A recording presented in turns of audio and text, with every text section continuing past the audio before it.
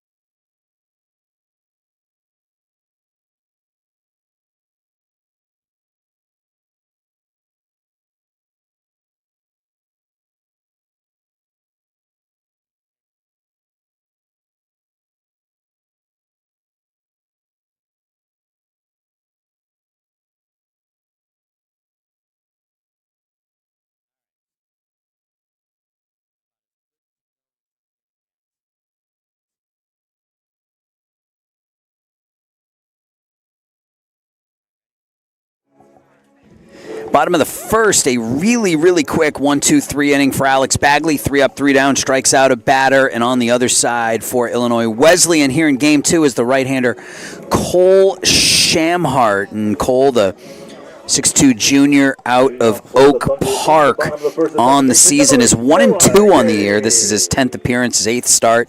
An ERA of about 6.7. A lot of hits given up by Cole this year. 61 hits in 35 innings of work. He has 18 strikeouts, 17 walks. Opponents are hitting almost 400 off of Shamhart. So here's an opportunity for this Wheaton offense to jump out in front for the first time all day as they'll take their first cuts against Shamhart. It'll be Noah Yee leading off and playing second base here in game 2.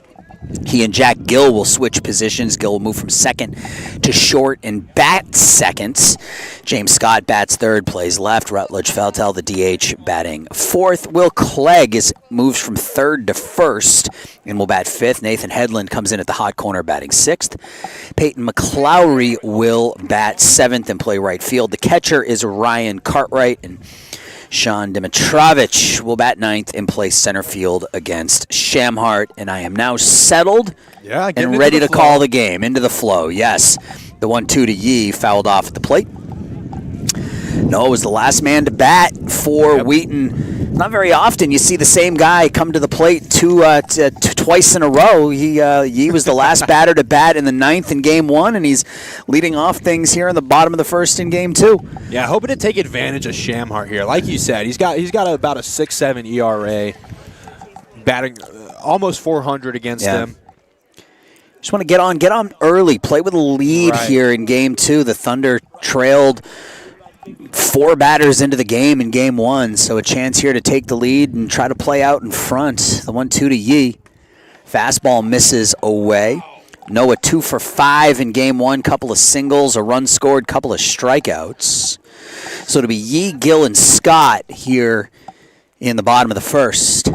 In the dirt, 3-2. Defensively for Illinois Wesleyan, they made a couple of errors in Game 1. Jimmy Gergoni at third base rather. Justin Gadomski will play shortstop. Gage Wolf at second. Cade Tomhave over at first. Nice low hop for Gergoni, and the throw pulls Tomhave off the bag a little bit, but he's able to hold on to retire Yee for the first out here in the first. Ben Ford out in left. Matt Hudick in center, and Tristan Figgis out in right field. Yeah, good play there at third by Gergoni, able to corral it off the little hop there. And then ham it over to first base. Tomhave able to stretch out a little bit. Now Jack Gill, the shortstop here in Game 2, played second base in Game 1, was 1 for 4 with a single and a run scored. Singled in that 3-run 8th inning. And he's up in the count here, 2-0.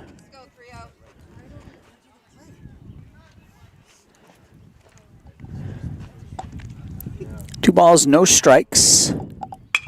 Slapped up the middle under the diving glove of Justin Gadomski into center field, and Jack Gill has a 1-out base hit here in the first inning. That's a beautiful sound there. That nice slap off the bat. The ping of a bat in that mid-April Saturday afternoon. Now James Scott, the left fielder. You know, I guess it comes down to preference, but which sound would you prefer, the ping of the metal bat or the crack of the wooden bat? I'm a wooden bat guy. I spend my entire summers around wooden bats. I am absolutely a wooden bat guy. There's something about the sound. Love it. The sun, off the bat at 108 miles an hour off a wooden bat. Yeah, that's a special sound. Scott 0 for 3 in Game 1. He walked in the first inning.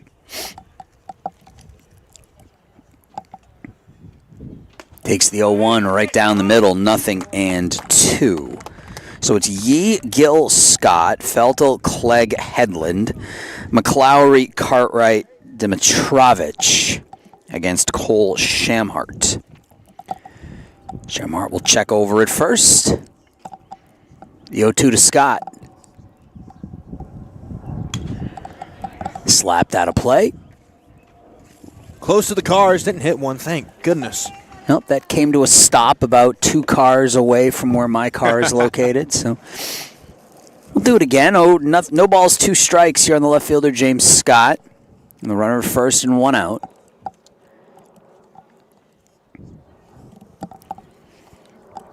Shamhart home with it. Hit to first. That's played by Tomhave. He'll throw to second. The return throw to first. And Illinois Wesleyan turns the rare 3-6-3 double play to get out of the inning. An inning in the books. No score here in Carroll Stream.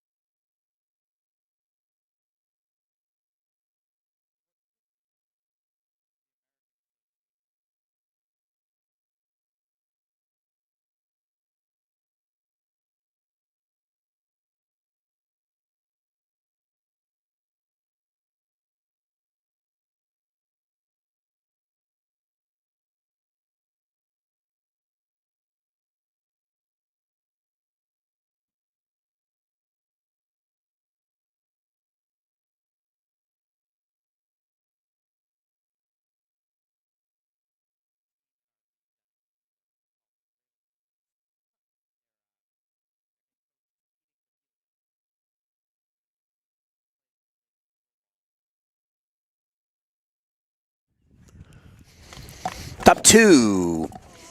Illinois Wesleyan. Wheaton, no score.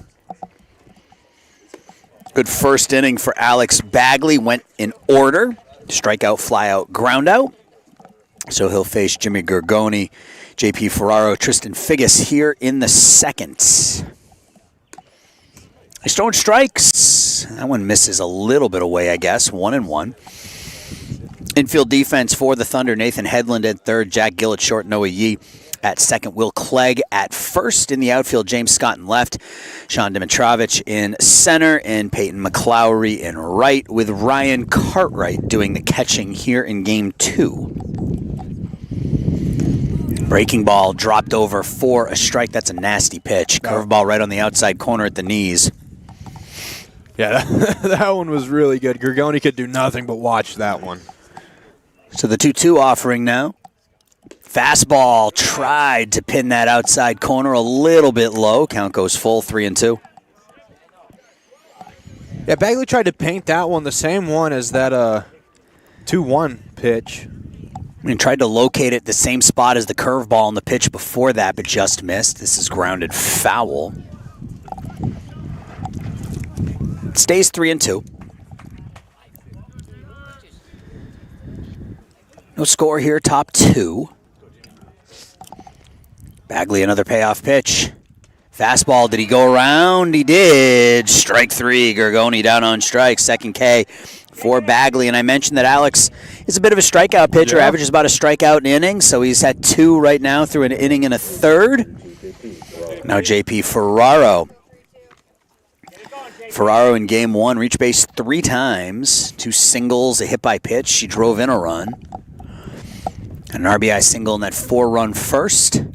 Swings through the heat, 0-1. Yeah, the wind's picked up a little bit, despite what it might feel like. It has gotten about 5 degrees warmer than the start of Game 1. I don't believe you. It was 55 the start of Game 1. It's about 60 degrees now, but the sun's gone away. Yeah, I don't believe you at all. It certainly doesn't feel warmer than it was 3 hours ago. That's because the winds have picked up. 8 miles an hour, 16-mile-an-hour gusts blowing out of the west. The 0-2 is lined into center field. That'll land, and it'll get past Dimitrovich and roll all the way to the wall. McClowry will have to play it out in right center field. Ferraro will make the turn, and he will reach third on a stand-up triple. That ball just got away from Dimitrovich out there in center field. So it's a 1-out triple for J.P. Ferraro here in the second inning. He is in prime scoring position, and that's exactly the type of play you want to make here in the top of the second with 1 out.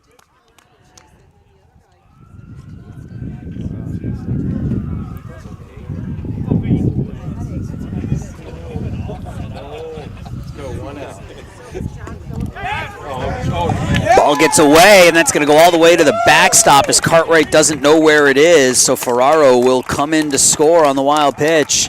And the Titans jump out in front here in the second. It's 1-0. So it's going to go in the books as a single and a 2-base error. So a single and E8.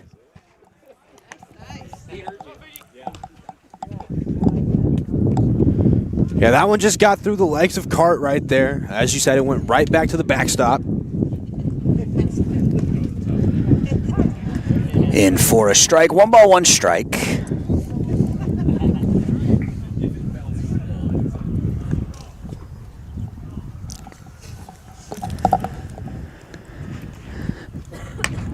That one nicks the outside edge. 1 ball, 2 strikes. So a single, an error, a wild pitch, and a run comes in to score off Bagley here in the second inning.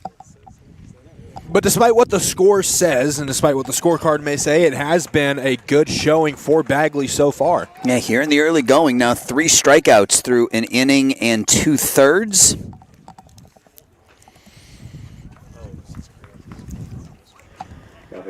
Second baseman number 7, Gage Wolf.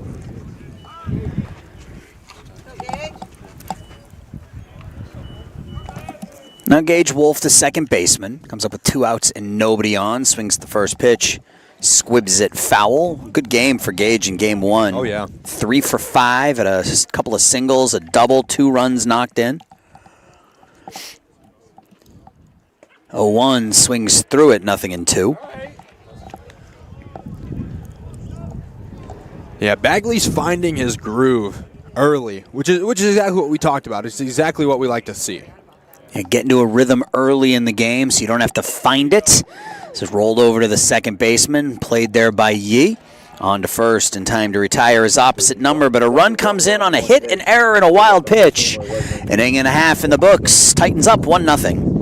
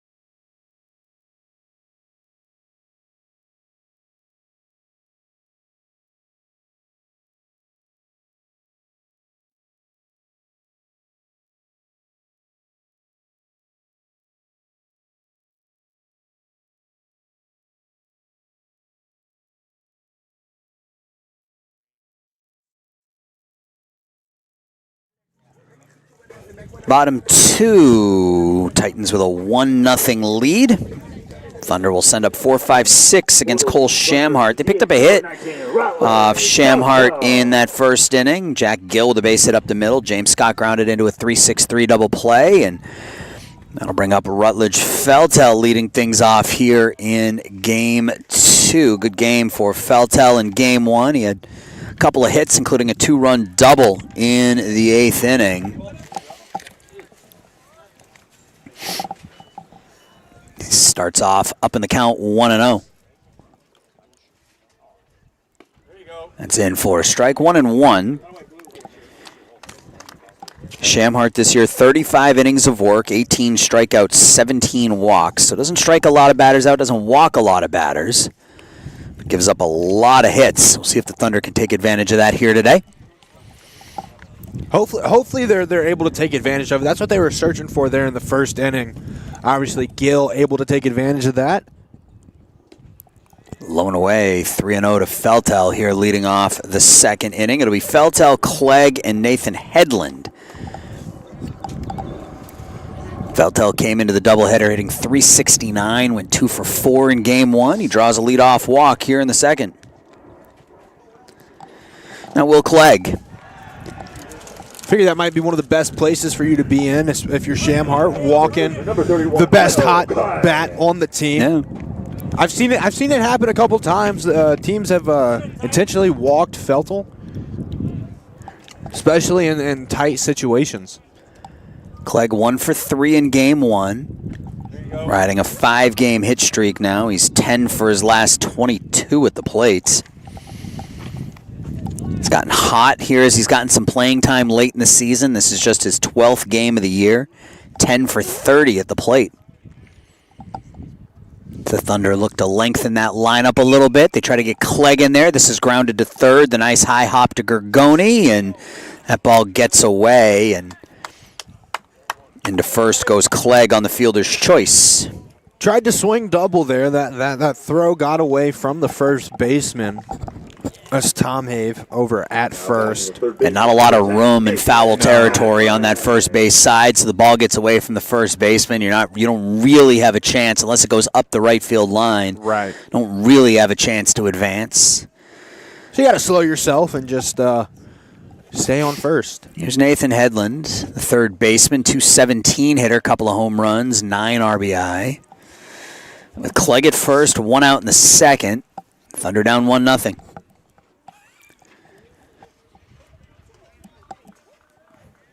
Hedlund didn't play game 1. Clegg got the start over at third base.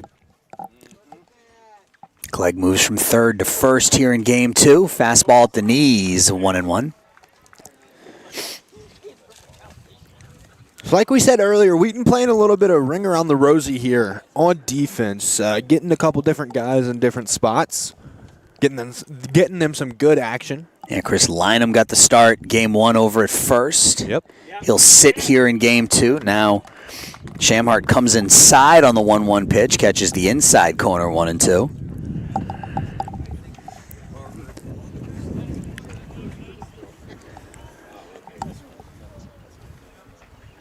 Shamhart checks the runner at first, bounces on that left foot.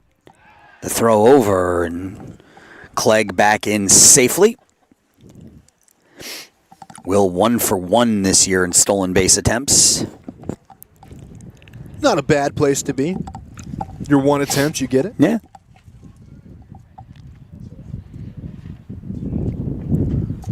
One, two, back up the middle, off the glove of Gadomski, and he's able to flip it to Gage Wolf in time. And for all you young players out there, Gadomski's showing you, just keep that ball in front of you.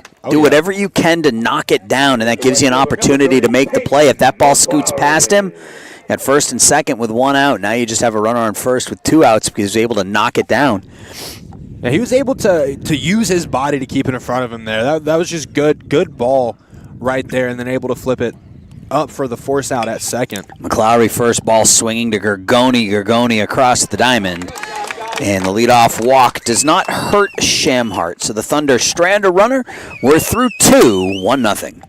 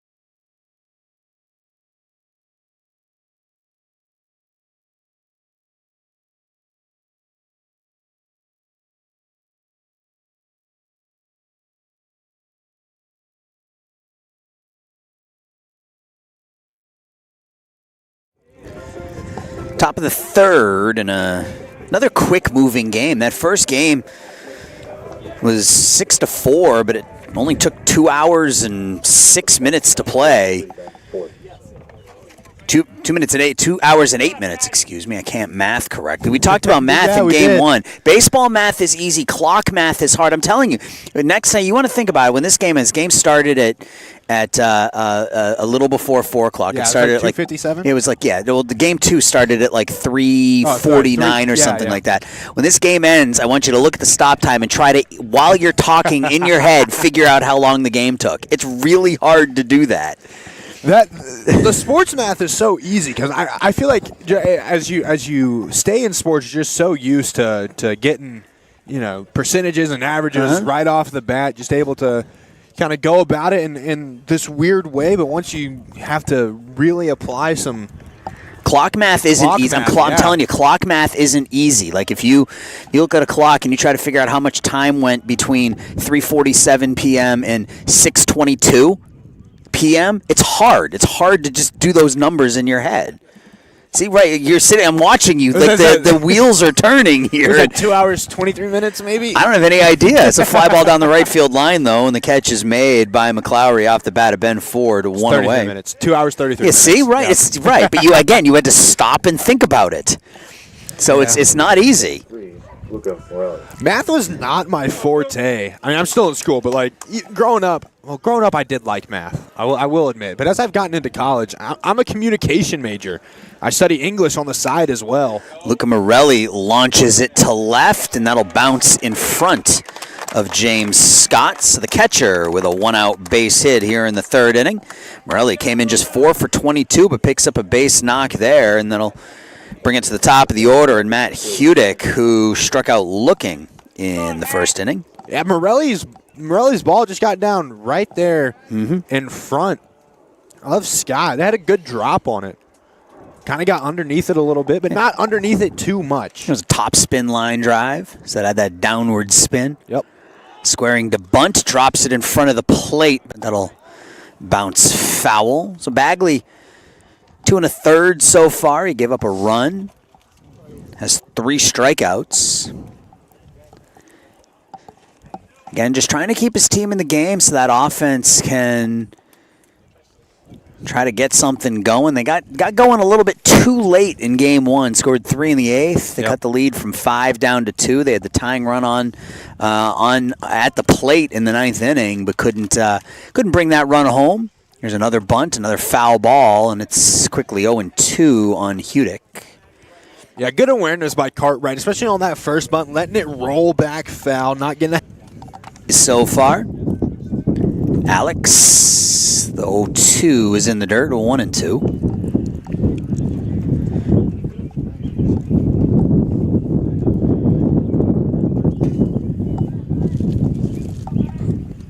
Bagley checks on Morelli over at first. The low set by the righty. The 1-2 on its way. Fastball blocked in the dirt by Cartwright. Stays now 2-2. That wind continues to blow. It's blowing from behind us. Although the flag out in center field is right up against the pole, it's not moving. I can certainly feel it blowing behind us. I can feel it. I can hear it. It's moving. 2-2 slapped out of play, staying 2-2. Middle infield pinched towards that second base bag a little bit, looking for that double play. Good at bat here by Hudick. Fell behind 0-2. Took a couple balls, fouled a pitch off. Another 2-2. There goes the runner. The ball's grounded to second, and that'll keep Illinois Wesleyan out of the double play. I take that back to throw down, and Morelli is just in safely. I don't know if Luca thought that ball was hit in the air, but for some reason he stopped about 3/4 of the way towards the second base bag, started going back towards first base.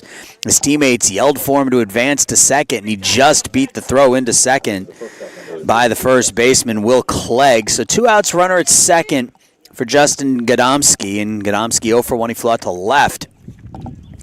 Back in the first inning, had 3 hits in game 1, including 2 doubles. He had that one in the first inning that went right off the wall. First pitch fastball misses a little up. 1-0. Yeah, 23 doubles on the season, which is 9 more than the man in second place in CCIW play. He's got 23 of them so far. The 1-0. It's hit in the hole into left field for a base hit. Scott up with it. Morelli will come around. The relay play to the plate, and not able to hold on to it is Cartwright. And safe at the plate is Luca Morelli. So the RBI single for Justin Gadomski makes it 2-0. And Parker, you see there the difference between the inning ending and a run scored. If that throw down to second from Clegg had gotten there in time to tag Morelli, the inning's over. Yep. Instead, Illinois Wesleyan tacks another run on here in the third. Yeah, the Titans tag another run on. That hit by Gadomski was great, right into that gap in left field. Now Tom Have. First pitch swinging over the head of Yee into right center field. That'll be backhanded in the corner by McLowry. Rounding third is Gadomski. The throw to the plate, up the line a little bit. Gadomski's in all the way from first base. It's an RBI double for Cade Tomhave, and just like that, it's 3-0. Illinois Wesleyan, and you knew you weren't going to keep Tomhave down for too long. He's CCIW's leading hitter, came in hitting about 440 on the season, was 0 for 4 in game 1, 0 for his first 5 in this doubleheader, but picks up an RBI double there, and it's 3-0 now. Yeah, he's gotten the Titans out to a big lead now. Bagley was starting to find a bit of a groove there, but just came out a little bit. Came out of it just a little bit here, off a couple hits and a couple runs batted in. Hit sharply to short. That's fielded by Gill. His throw in time to retire Gergoni. But 2 runs come in on 3 hits for the Titans. They strand a runner. We're through 2.5. The Thunder are down 3-0.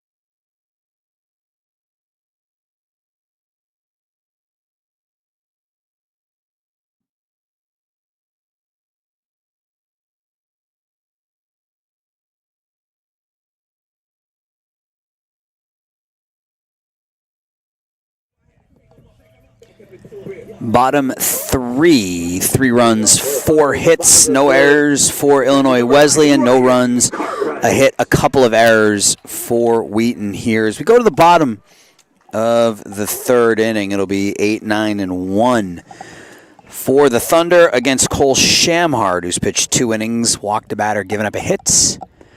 And this is Ryan Cartwright, the catcher. Ryan 7 for 28 this year, has got 4 runs knocked in. Cartwright, the sophomore from Hayward, California, gets the start in game 2, and he's up in the count here, 2-0.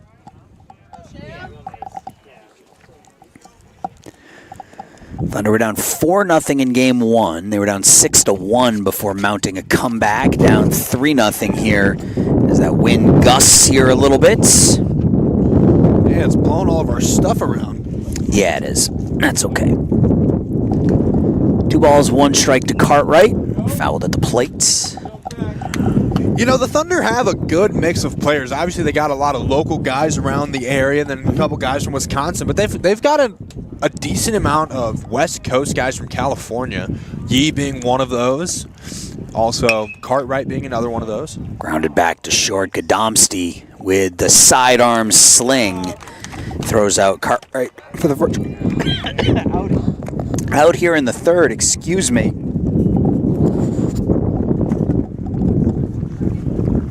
Back in the center fielder, number 28, Sean Dimitrovich. Sean Dimitrovich, now the number 9 hitter, will come up with 1 out and nobody on. Dimitrovich came into play this year, into play in this doubleheader, 5 for 21. Was 0 for 4 in game 1. Struck out, grounded into a double play. Struck out in the 9th with a runner on. And the count's 1-1 here on Sean. To your point, Dimitrovich, the freshman out of Rancho Santa Margarita, California. They don't have names like that here in the Midwest. No, they most certainly do not. Those are West Coast city names. Yeah, I'm not the biggest fan of Rancho Santa Margarita. My girlfriend's from... she's from Orange County. Okay. Are they close? Yeah, so... I don't know my California geography. I know LA's in Southern California. Yeah, so she's just south of LA in Orange County. Okay. Rancho Santa Margarita. I had a teammate on the football team who played at Rancho Santa Margarita, the Catholic high school out there. Okay. He's your teammate. You got to like your teammate, right? Is it just the city? Yeah, well, I mean, I guess it is just the city. Okay, So, all right, that's so fair. My girlfriend's from San Juan Capistrano. I don't like New York City either, so I mean, it's it's fine. See, I don't like Houston, but I'm from there, so. Okay. 3 balls, 2 strikes, 1 out. The pitch to Dimitrovic is skied to the left and out of play. But yeah, you don't see those types of names here in Chicago. Like No, not at all. Rancho Santa Margarita, Illinois. It just doesn't have the same ring to it. We got Bloomingdale. Yeah. And Bloomington. Bloomingdale, Right. Oak Brook, Oak Park. Yeah. A lot of Oaks. Oak Brook Terrace. Oak Brook Terrace. Lined out to right field. That'll be a 1-out base hit for Sean Dimitrovic here in the 3rd inning. Just hooks it into right field. Drops his 6th hit of the year into right field in front of Tristan Figgis. And now the top of the order, Noah Yee, the second baseman. He grounded out to 3rd to start the 1st inning. But my disdain for... Oh, it's disdain. Like, you really don't like it. Yeah. Okay. My girlfriend's younger brother plays baseball out in California. He's a junior in high school, and in his league, one of his league rivals is Rancho Santa Margarita. Gotcha. So. Okay, so you have to. I kind of have. You kind of have to. I get it. First pitch to Yee is a little up, 1-0. 1 ball, no strikes here. Bottom 3. Sean Dimitrovic over at first base.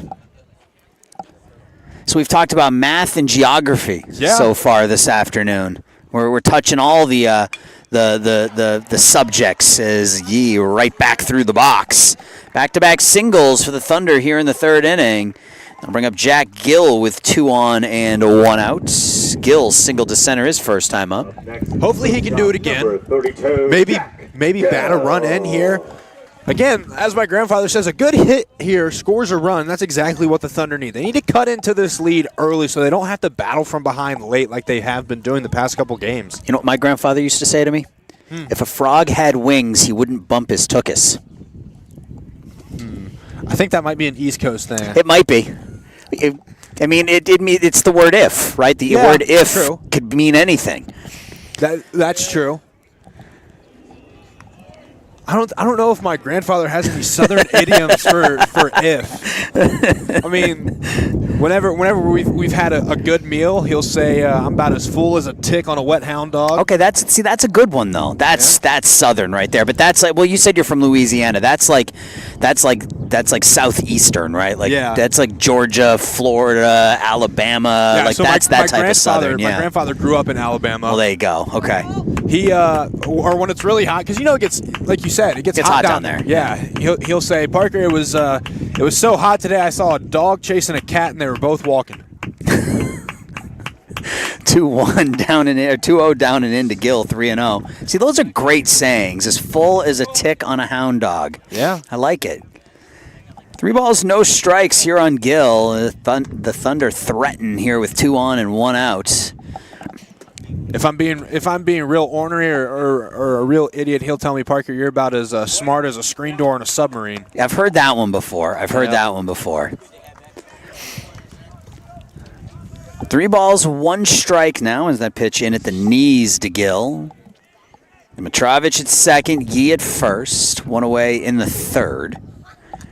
Shamhart looks in, gets the 3-1. He'll step off. That's his first disengagement.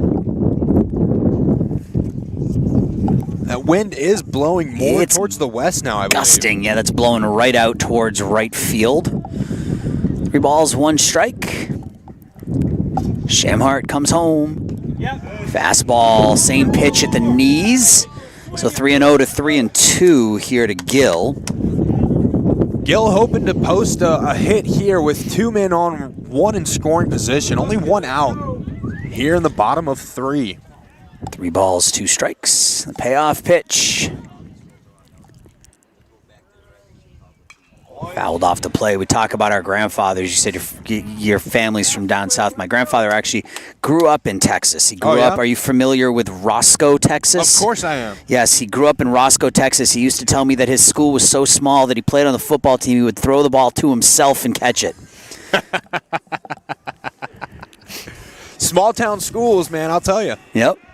It'll happen. But like you said, it's kind of inevitable. If you live in Texas and you're in high school, You're going to play football. That's skied to left and out of play. And as a little kid, I used to believe everything my grandfather said was true, yeah. so I used to believe him. But I grew up I don't know how big it is, but I grew up, there could be 50,000 people in Roscoe, but I grew up thinking there were like 30, because of the stories he would tell me about Roscoe. I also used to believe everything my grandfather would tell me. We call him, we call him Pops. When we were younger, we were like, Pops, why do we call you Pops? He would always tell us, wow. Well, when I was a kid, I ate so much one day that I just popped. We used to believe him. Grandfather stories. That's a base hit through the left side for Jack Gill. Rounding third is Dimitrovich. The throw to the middle of the infield, and the Thunder are on the board. Jack Gill with an RBI single to left, and it's 3-1. Good piece of hitting for Gill as the shortstop, Gadomski, was shaded over towards second base, and Gill went right through that hole on the left side. Yeah, right in the gap, and that was exactly what the Thunder wanted right there. Nice RBI single from Gill. 3 hits here in the inning. Thunder have the tying run at first. First and second still with 1 out now, James Scott. Scott grounded into a 3-6-3 double play his first time up. I got to give my grandfather a lot of credit, though. I get a lot of stuff from him. My love for sports being one. He grew up playing football, baseball, basketball. He was a first baseman. And obviously, he was a center in basketball. He was 6'7". He went on to play. Big dude. I see where you get. That's where you get your height. You're tall. Yeah. Well, no, I get my height from my grandmother. She's so you had tall grandparents then, huh? Well, my grandmother's 5'6", 5'5", 5'6", I think. So I definitely get my my height from her. Okay. No, I get my height from my grandfather. He was about 6'7". He swears I'm taller than him, but I'm like, Pops, no, you're just getting old. Not a chance. You're getting old. We start to shrink a little bit as we get older. Yep. No, I'm already there a tiny bit. Yeah, I think we all sort of get that. If you're going to be a sports fan, you're going to get that from grandparents. Oh yeah. There's ball skied pretty deep to center field. Hudick will have room though. Tagging up is Yee. He will reach third on the sac fly to center. Just about slid right over the third base. Yeah, that's what happens with the turf. It's slick, and you just keep going. So runners the corners now with 2 outs for Feltel. Yeah, I think we all get those. That it was the same thing with me. Yeah. Get the love of the game from my dad and my grandfather. I'm a third generation Red Sox fan. I'm sorry. I'm not.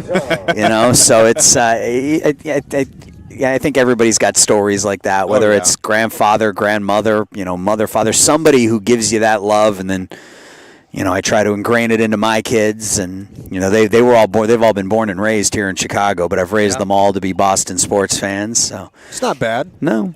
My father-in-law did his absolute darndest to make them Chicago fans. He would sends us Chicago bobbleheads and jerseys and shirts and everything else, but not the best time to be a Chicago sports fan. Maybe on the rise. Yeah, maybe on the rise. The Cubs are good. That's a base hit to right for Feltel. That'll bring home Yee, and the Thunder pick up a couple here in the third.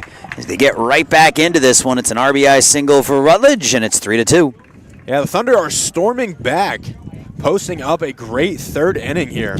And they're doing it all via the single. That is 4 singles in the inning for the Thunder, but they are back within a run, and it's Will Clegg now with an opportunity to tie the game. He's got Gill at second base with 2 outs. Gill at second, Feltel at first.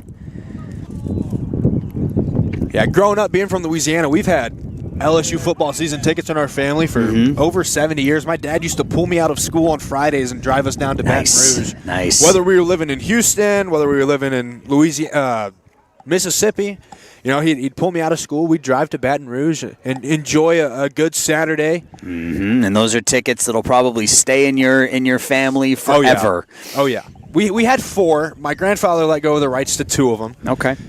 I'm still a little bit upset about that because he gave away the rights to the seats that my dad and I had. So he kept his seats. Well, sure. They're his seats. Why wouldn't he? 1-1. Chopped up the third baseline. Backhand play by Gergoni, and he's got no play, so it's an infield single for Will Clegg. And now the bases are loaded here in the third inning for Nathan Hedlund. Yeah, bases loaded, 2 outs here. See if they can get a little bit deeper into this 2-out rally that they've posted up. Yeah, 5 hits here in the inning, only 2 runs. Hedlund grounded into a fielder's choice his last time up. As an RBI situation here, he's got 9 of them on the season to go along with a couple of bombs. Wouldn't mind seeing a poke right here. Oh, that'd be great. Pitch on the outside corner, strike 1. 0-1 on Hedlund. But it's like we were talking about earlier. People have been hitting really well off of Shamhart recently. Yeah. Thunder definitely taking advantage of that early on. Trying to at least edge back within distance, or maybe even try to take the lead here in the 3rd. 0-1. Hedlund swings at a pitch in the dirt. 0-2 on the 6-foot, 185-pound junior out of Grand Rapids, Michigan. Comes up with Gill at 3rd, Feltel at 2nd, Clegg at 1st. 2 outs here in the 3rd. His team down 3-2. Shamhart looks in, trying to wriggle off this hook here. The 0-2 pitch. In the dirt, 1-2. You know, I've never been to Michigan. No, it's beautiful. I like using the hand thing To figure out where, like, where do you live? Like, I live in the thumb, I live in the pinky, yeah. See, I've never been there, but I do that to people. People say they're from Michigan. I'll say, hey, where are you from? Show me, yeah. And they're like, wait, are you from Michigan? I'm like, no, I've never even been there. I just, I know the colloquialism. It's pretty, especially if you're on the Lake Michigan side, like over by Saugatuck, and it's a Saugatuck. Yes, it's a beautiful city. It's a Almost I would say a tourist city. You know, it's got a lot of little shops, and it's a neat city. Michigan's pretty if you go to the right parts. Foul tipped, hung on to, stays 3-2. Saugatuck almost sounds somewhat Canadian. Yeah, a little bit, I guess. It Sounds, it's kind of Native American-ish. Oh, right? Yeah. Yeah, but right along Lake Michigan on the Michigan side is some really pretty places. Oh, I can imagine. Not a bad drive either. It just takes about 3 hours to get there from here. They got good fishing over there? I'm not a big fisherman. Oh, come on. No, 3-2. I'm more of a stay inside the house kind of guy. I like the beach. I like going to the beach. I love water. I love lakes and oceans and stuff. I just don't like fishing. You lost me on the beach. I don't like sand. It's coarse and gets everywhere. Fair enough. The payoff pitch. All 3 runners will be off. The pitch from Shamhart misses low and away, and Hedlund from 0-2 draws a bases-loaded walk, driving in a run, and we are all square at 3 as Jack Gill touches home plate, and the Thunder have the go-ahead run 90 feet away with Peyton McLowry stepping in. Yeah, wouldn't you believe it? It's a tie game here now. They're not having to operate from behind. We'd love to see a big 2-out hit here from Peyton. He grounded to 3rd to end the 2nd. He had a hit to start the 9th. Was stranded at first base as the next 3 batters all struck out, but love to see him pick up a base knock here, give his team the lead. The first couple innings for Shamhart, not bad. He gave up a hit, a walk, but here in the 3rd, 5 singles and a walk have led to 3 runs, and the bases are full of Thunders. Thunder, full right? of thunder? Thunder, yeah. The plural of thunder would be thunder, not thunders. Yeah. So full of thunder. You know, I've had this conversation so many times. Have you? What is a thunder? Are we a thunder? I don't think it is a thunder. Well, that's like we're the Wheaton Thunder. Right. Are we just a sound? Yes, I know it's a ferocious sound. It's a sound that scares my dog. Hey, look, I used to work at PetSmart. I got a couple fixes for you. All right. Oh, do you? Oh yeah. We got the Thunder vest. She doesn't like the vest. This is grounded up the middle into center field for a base hit. That'll score Feltel. Clegg right behind him into 3rd. Goes Hedlund. Down to 2nd goes McLowry on the single. It's a 5-run 3rd for the Thunder, and they're up 5-3.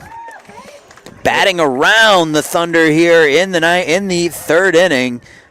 Driving in a couple of runs is McLowry. That was a great hit by McLowry right into the gap.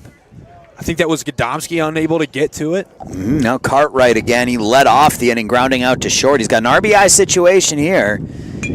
He'll slap it down the right field line. That gets down for a base hit. Up off the wall. Both runs will score. Cartwright into 2nd with a 2-run double. It's a 7-run 3rd inning for the Thunder. They're up 7-3. That one was just slapped off the edge of the bat, perfectly into right field. I mean, that was great. Wind carried that one a little bit. 7 hits here in the inning for the Thunder. Now Sean Dimitrovich with Cartwright at second and 2 outs. Thunder are up 4. Dimitrovich swings over the top of it, 0-1. I would have thought a pitching change might have come after that here in the third. We might see one if Dimitrovich gets a hit here or gets on base here. They might want to try to let Shamhart finish out the inning. So for Cartwright, that's his 3rd double on the season. RBIs 5 and 6 for McLowry. Drove in runs 12 and 13 with that 2-run single. So a 7-run inning for the Thunder. 7 hits and a walk here in the inning. 1-1 to Dimitrovich.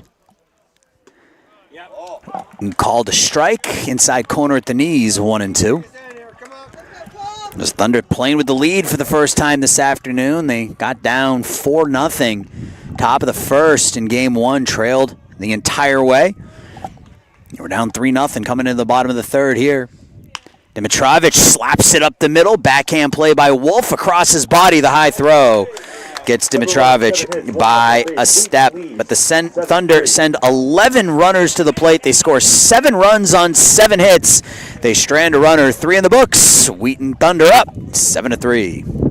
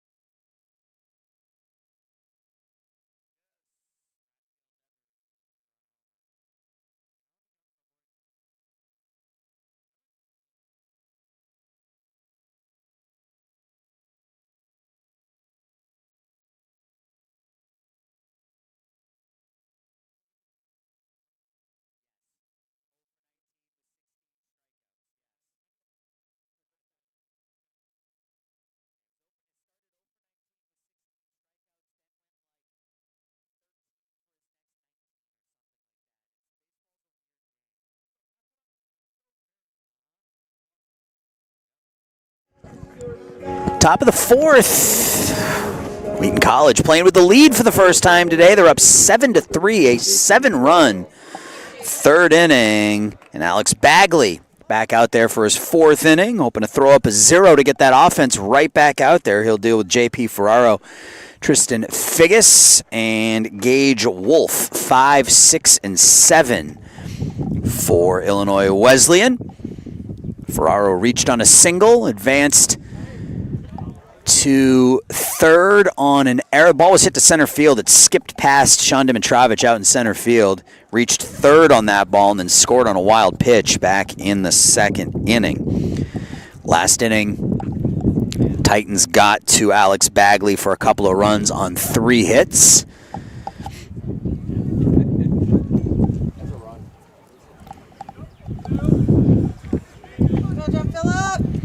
And now John Philip Ferraro.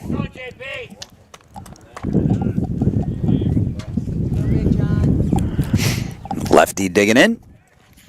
Taking a look around the CCIW here this afternoon. Got a couple doubleheaders being played. Results from the first round of doubleheaders. Obviously, Illinois Wesleyan beat the Wheaton Thunder 6-4. North Park beat Elmhurst 3-2. North Central in a non-conference game against Concordia, Wisconsin, beat them 4-3.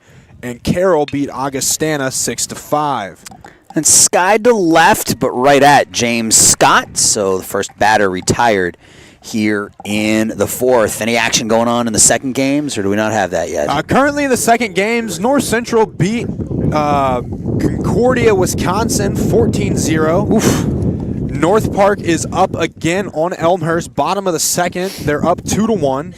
And in the bottom of the first, Augustana is up 2-0 on Carroll. Yeah, see, we started early. We did. And we definitely, because game 1 only took 2 hours and 8 minutes. We started probably about 15 or 20 minutes early. Yeah. Which I think everybody is fine with, right? I No think reason so. to sit out here if you don't absolutely have to. Get that game started. Everyone got food in them. Oh, yeah. I want to thank the Wheaton College parents who came Yes. over after all the players ate and made sure that you and I got some food in us. So Parker and I, a great burger. Parker Holy and I cow. got burgers and cookies before game 2. So I want to thank them for that. And we also ate before the game, to be fair, right? To be fair. Gabriel brought us sandwiches, so Yep. we've eaten plenty here this afternoon. But it's always nice when we get the leftovers, right? Get the leftovers. It's good ballpark food as well. Ballpark food, yes.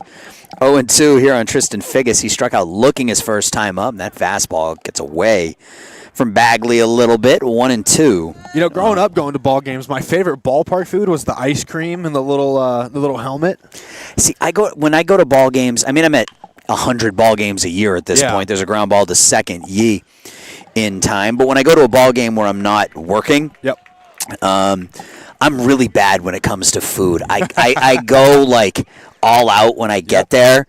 So I'll have 3 hot dogs, a hamburger, like an ice cream, all by the 4th inning. Yeah. And then I'm just I can't eat anymore. I can't. So I sit there the rest of the game and I can't eat. I need to learn to spread it out a little bit and slow down and, maybe have 1 hot dog when I get there, not 3 right out of the chute. You see, I talked about this last weekend.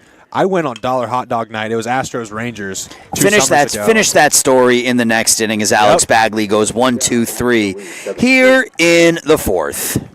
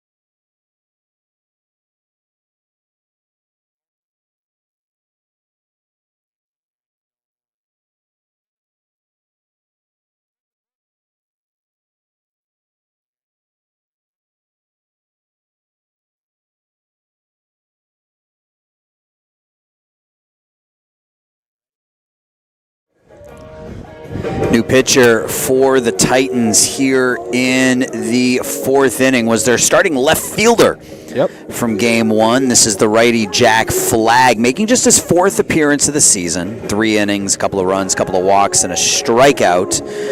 No record for Jack. The line on Cole Shamhart, 3 innings, 8 hits, 7 runs, 2 walks. He didn't strike anybody out. Looked okay through the first 2, but the floodgates opened up for him in the 3rd, and the Thunder got to him for 7 runs on 7 hits in that 3rd inning, and they go to the 4th up 7-3. So you were telling me a story about food. Let's hear it. Yeah, so it was 2 summers ago. One of my best friend is a Rangers fan. I'm an Astros fan. He said, "Hey Parker, we got a game here. I got some really great tickets. They're I think what it was like $50-$60. Okay. Sat in the outfield right behind Kyle Tucker. It was Dollar Hot Dog Night, and I was like, it's Dollar Hot Dog Night. I got a good price on tickets. All right, what can I do for Dollar Hot Dog Night? I was going to try to do 2 hot dogs an inning. Oh man, that's brutal. You would think. Did you finish? Did you manage it? Yeah, I finished in the 7th inning. You ate 18 hot dogs in 7 innings. Yes, so... And you didn't end up in the hospital. So here's the deal. I was an offensive lineman, all right? Okay, all right. That's fair. Playing weight was 295. I'm about 256, 257 now. lost some weight since the end of the season in November, December. Yeah. But at the time, I'm having to meet a certain amount of calories per day. Gotcha. Working out as much as I can, and I was working 2 jobs that summer, so I'm down on my calories. I'm like, all right, I gotta do something for it. Bloated up in the first inning, got 4 in the first inning. Oh. So 4 straight away, top of the first. He's a ground ball to short, Gadomski. Then I went back for 4 in the bottom of the second. So I spread it out a little bit. Oh, that's brutal, but man. But by the end of it, the people around me kind of were picking up on it. So I got a couple of donations. I was going to say, were they buying you hot dogs for free? They sure were. It was a fantastic time. Oof, that is brutal. And to top it off, the Astros won. All right. I had Tucker hit a home run right into our section, and he made the game-ending out right at the wall of our section. It was amazing. And you ate 18 hot dogs in 7 innings. That's the story. You don't want to bury the lead here. Astros win. Man eats 18 hot dogs. Fly ball to left. Catch made out there by Ford. 2 quick outs here in the 4th inning. Now, could I do that again? Probably not. Probably not ever. See, we have Dollar Hot Dog Day every Wednesday, so for those of you listening, my summer job is the play-by-play voice of the Chicago Dogs, the indie ball team that plays out in Rosemont. And every Wednesday is Wiener Wednesday at Impact Field because it's the Chicago Dogs, the Chicago Hot Dogs, not like Bark Bark Dog, but Chicago Hot Dogs. So every Wednesday is Wiener Wednesday, and on Wiener Wednesdays we have $1 hot dogs. Wiener Wednesday is crazy. And I don't know. I think I've gotten through 4, 5. And keep in mind, I'm also calling the games, sure. But 4 or 5, and it's like, all right, that's enough. I've had it. Maybe 20 years ago I could have done it, but yeah. I'm pushing 50 now. I don't know that would be good for me. So I get brave thinking about it, and then I start getting into it, and I'm like, I can't do this. I can't. It's not good for me. See, I'm no Joey Chestnut, all right? Okay. Joey Chestnut is the world's greatest competitive eater. For those of you who don't know, and he only weighs like 160 pounds or something. It's ridiculous. Something crazy, yeah. The metabolism on that guy is nuts. This is James Scott. He's up in the count 3-1. He'll hit it to third. Throw over to first. And Jack Flagg throws a 1-2-3 4th inning for the Titans. We're through 4, Thunder 7, Titans 3.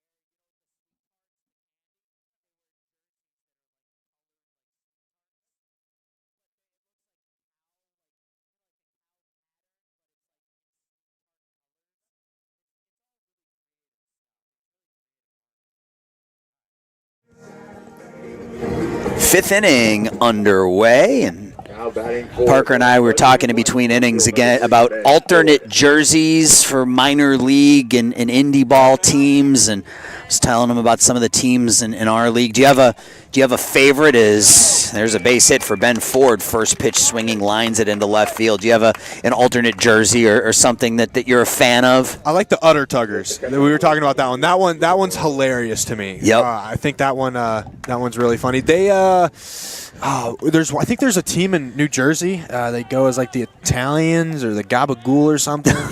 I can't remember. Love it. Yeah, the minor league teams I've learned over the years are some of the most creative marketing people out there. The team names, the jerseys, the promos that they do, it's all very, very impressive. See if I can't pull up the alternate identities list for Lehigh. 2025. I just saw in there Lehigh Valley. I remember they're going as the tomato pies later this year. Yeah, it's just really, really great stuff. Lehigh Valley, the AAA team for the Phillies. Akron cheese salads. Okay. I don't know what a cheese salad is, but the New Hampshire space potatoes, they have The Fisher Cats. It's Double-A Toronto, yes. Yeah, they've got a pretty good logo for that one. I really enjoy that one.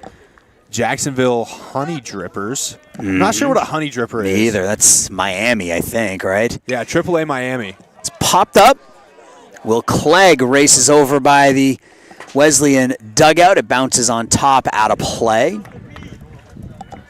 We have, what is this one? Winston-Salem Hooch Pooches. It's the White Sox farm system.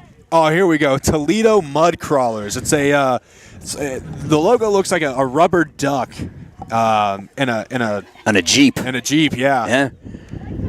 Wisconsin Frozen Pizzas. The 2-2 hit to the right side over the glove of Will Clegg into right field. Reaching third will be Ben Ford. So the first two reach here in the fifth inning off of Alex Bagley. Now it's up to the top of the order, and Matt Hudick, who's 0 for 2. Center field, number 19, Matt. I'm not sure they have an alternate identity, but my favorite minor league team, being from Texas and being an Astros fan, is the Corpus Christi Space Cowboys. Yep. They went through a rebranding. They rebranded to the Space Cowboys, I want to say 7-8 years ago, something like that. Yeah, a lot of rebranding to come up with as many ridiculous team names as you possibly can. Breaking ball slashed foul, 0-1. Columbus Clingstones. Looks like a peach. It's got to be Columbus, Georgia, right? I'm assuming since it's a peach. Yeah, AA Atlanta. The Oklahoma City Comets, Dodgers affiliate. 0-1 fastball pumped in at the knees, 0-2. 6 hits in the game for Wesleyan off of Alex Bagley. Alex set the side down in order in the fourth. Back-to-back hits by the 8-9 hitters. Now he's got 2 on with the top of the order up. The 0-2 fastball chopped to short. Off the glove of Jack Gill into left field. The run will score. So 3 straight hits off of Bagley here in the fifth inning. And Illinois Wesleyan now battling from behind. It's 7-4. Clawing their way back. Yep. See if that's ruled a hit or an error. It is ruled a single as Gill had to range to his right and wasn't able to make the backhand play. So first and second, nobody out for Gadomski. Gadomski had an RBI single his last time up. 1 for 2 in the game. Fastball hit to short. Play is made by Gill. The flip to second, on to first. And the Thunder turn the 6-4-3 double play. That is a huge ground ball induced by Bagley. On to third goes the catcher Morelli, but now there's 2 outs. Shout out to the umpire. They're hitting the deck real fast. Good reflexes, good vision. Yeah, so I was at a game. I did a D3 game a couple of weeks ago where there was an exact situation like that. First and second, nobody out, ball up the middle. Umpire couldn't get out of the way. It hit him. So it was a dead ball. It counted as a hit, and then the team went on to score like 7 more runs that inning. Yeah, it was a tailor-made double play ball. So just shows you the importance of reflexes. Yeah, just baseball's a game of inches, man. It just goes to show. 0-1, slap to short. Gill. Throw a little up the line, but Clegg holds onto the ball, tags out Tom Have, and the Thunder get out of the inning. That could have been a whole lot worse, but a run on 3 hits. Illinois Wesleyan strands a runner. We're halfway home. Thunder are up 3.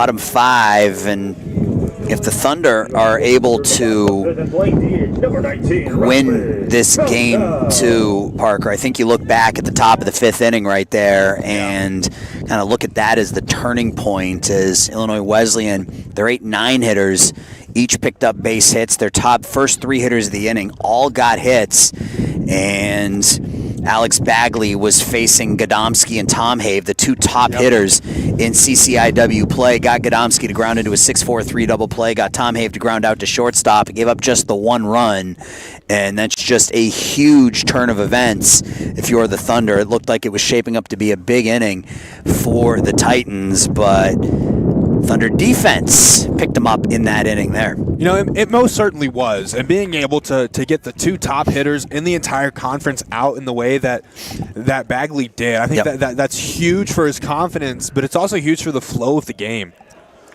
3 balls, 1 strike here on Feltel, who's been up twice. He's reached twice, a single, a walk, a run batted in, and a run scored. He's leading off here in the 5th against Jack Flagg, who pitched a 1-2-3 4th. 3-1 to Feltel is a fastball called a strike, and Rutledge is going to go off to pick up the bat as he tossed it over to first, thinking it was ball 4. It's 3-2 now on Feltel.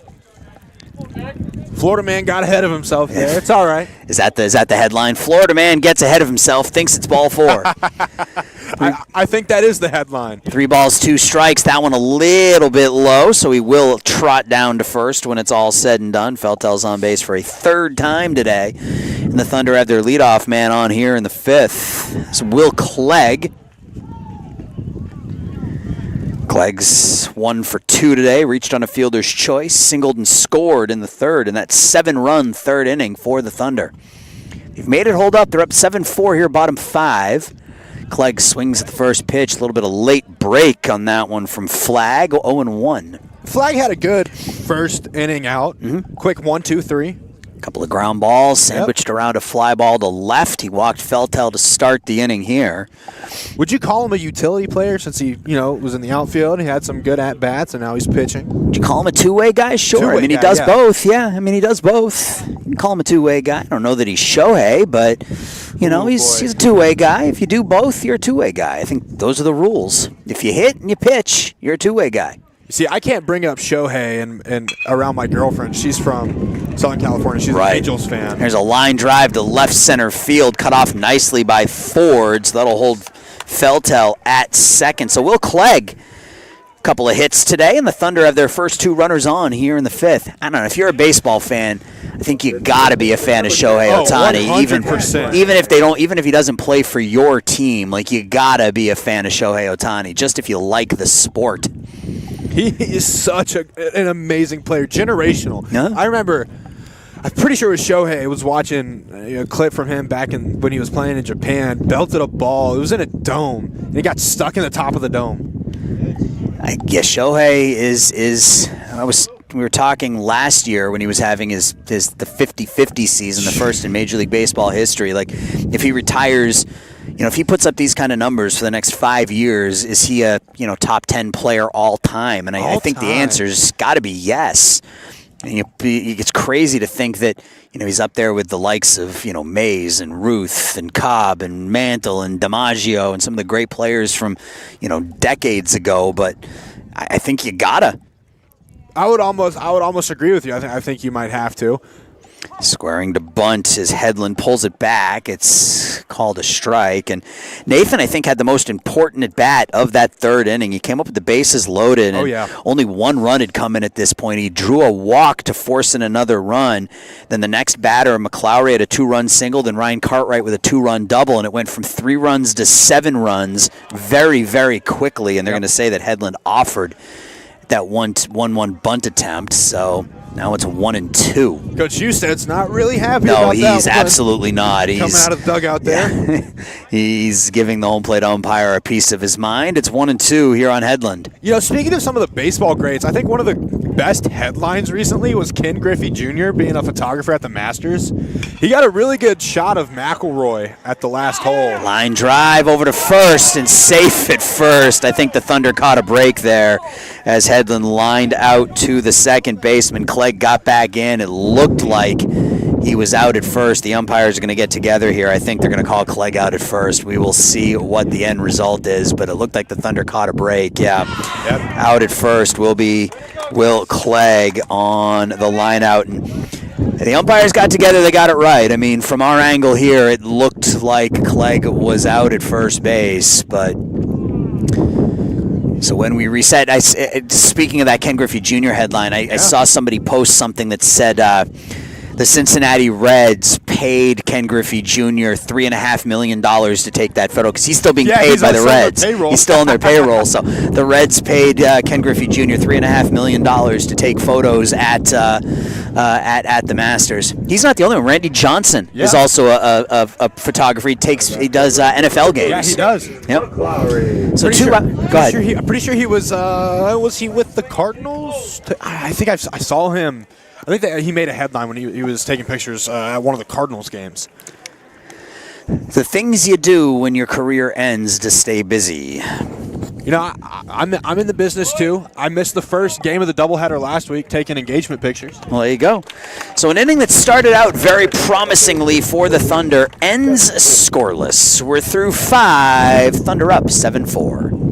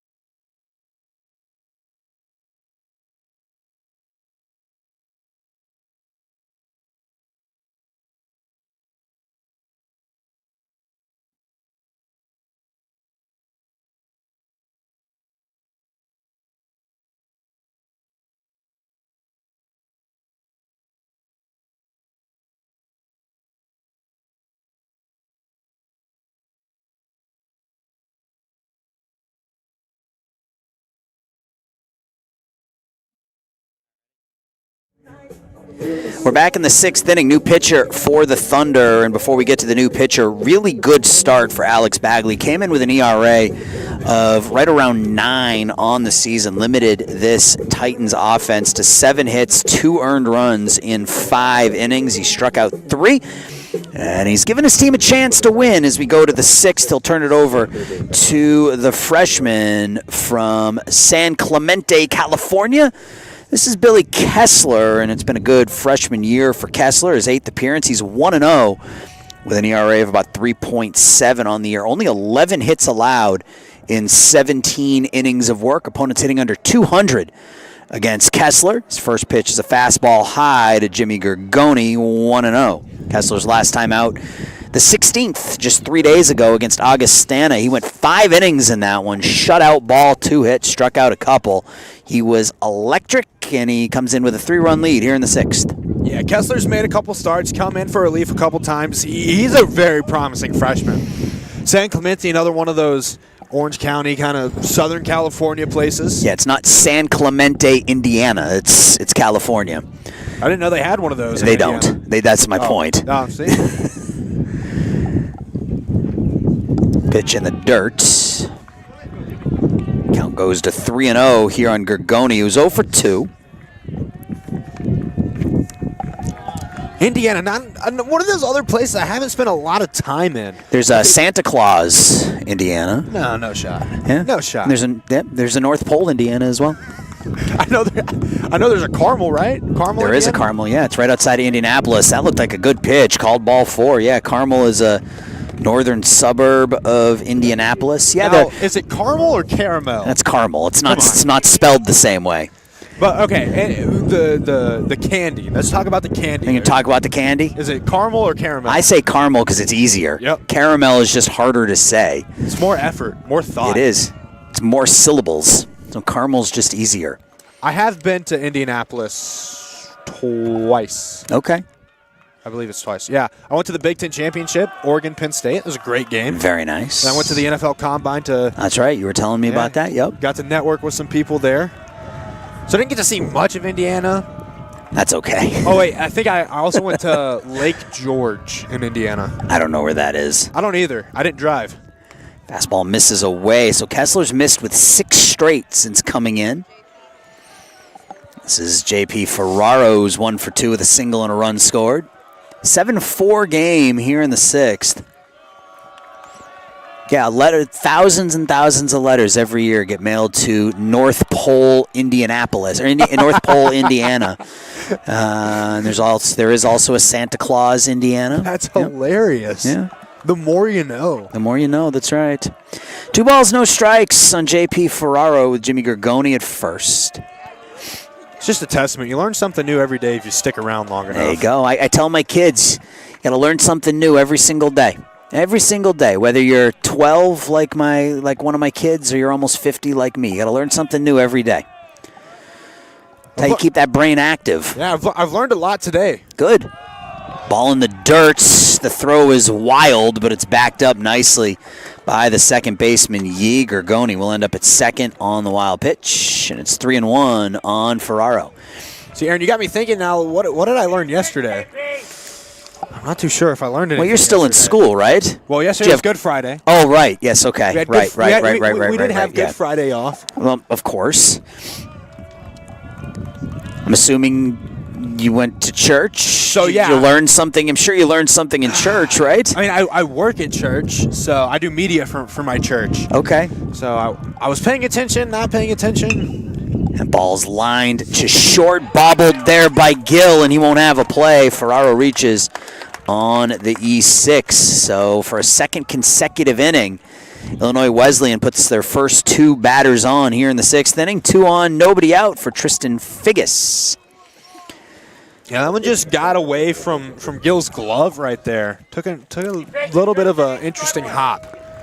Kept the ball in front of him, though. Yeah. Kept Gargoni on the infield. Kept him at third. We're seeing a good display here today of keeping the ball in front of you, being able to corral it and try to at least make a play. Saw Godomsky do that in the first game very well. Figgis 0 for 2 with a strikeout and a ground out.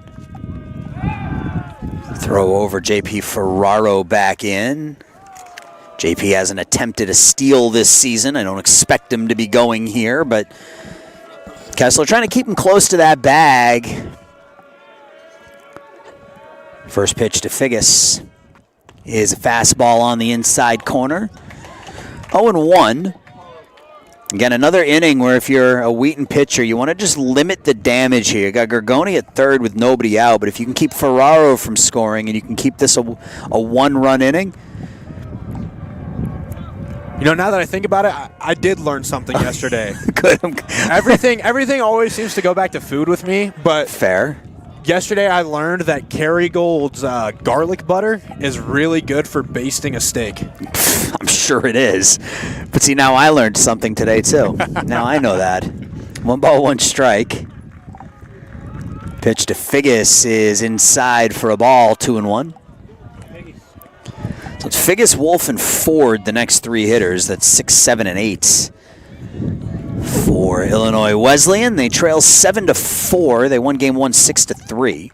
Thunder trying to earn a split of this doubleheader. Kessler with the 2-1. A lot of break on that curveball, fouled off by Figgis. 2-2.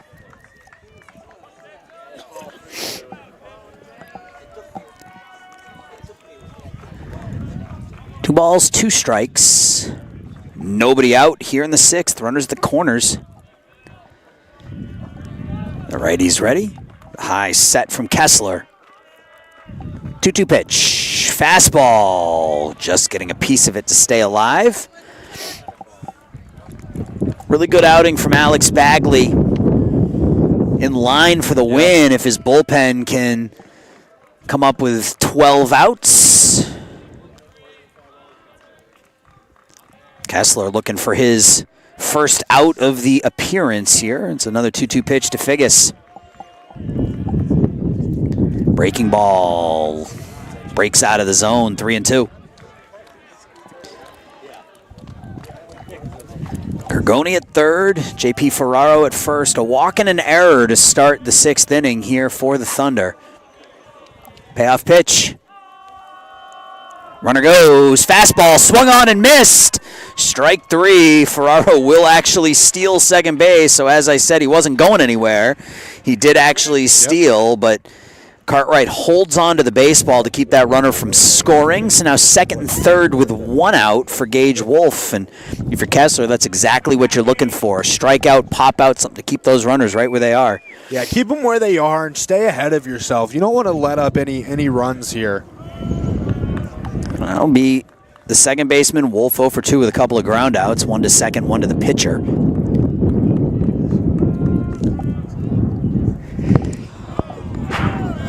Bless you. Thank you. Ball 1, high and away.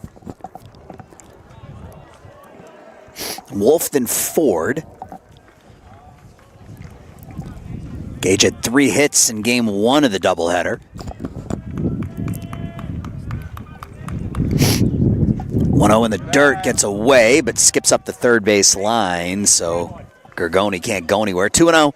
And with first base open, probably being a little bit careful here with Wolf, being able to set up a double play or a force at any base. Although you never want to put the tying run on base. You at least have it as an option to set up the double play or a force with the 8-9 hitters coming up. 2-0 to Wolf.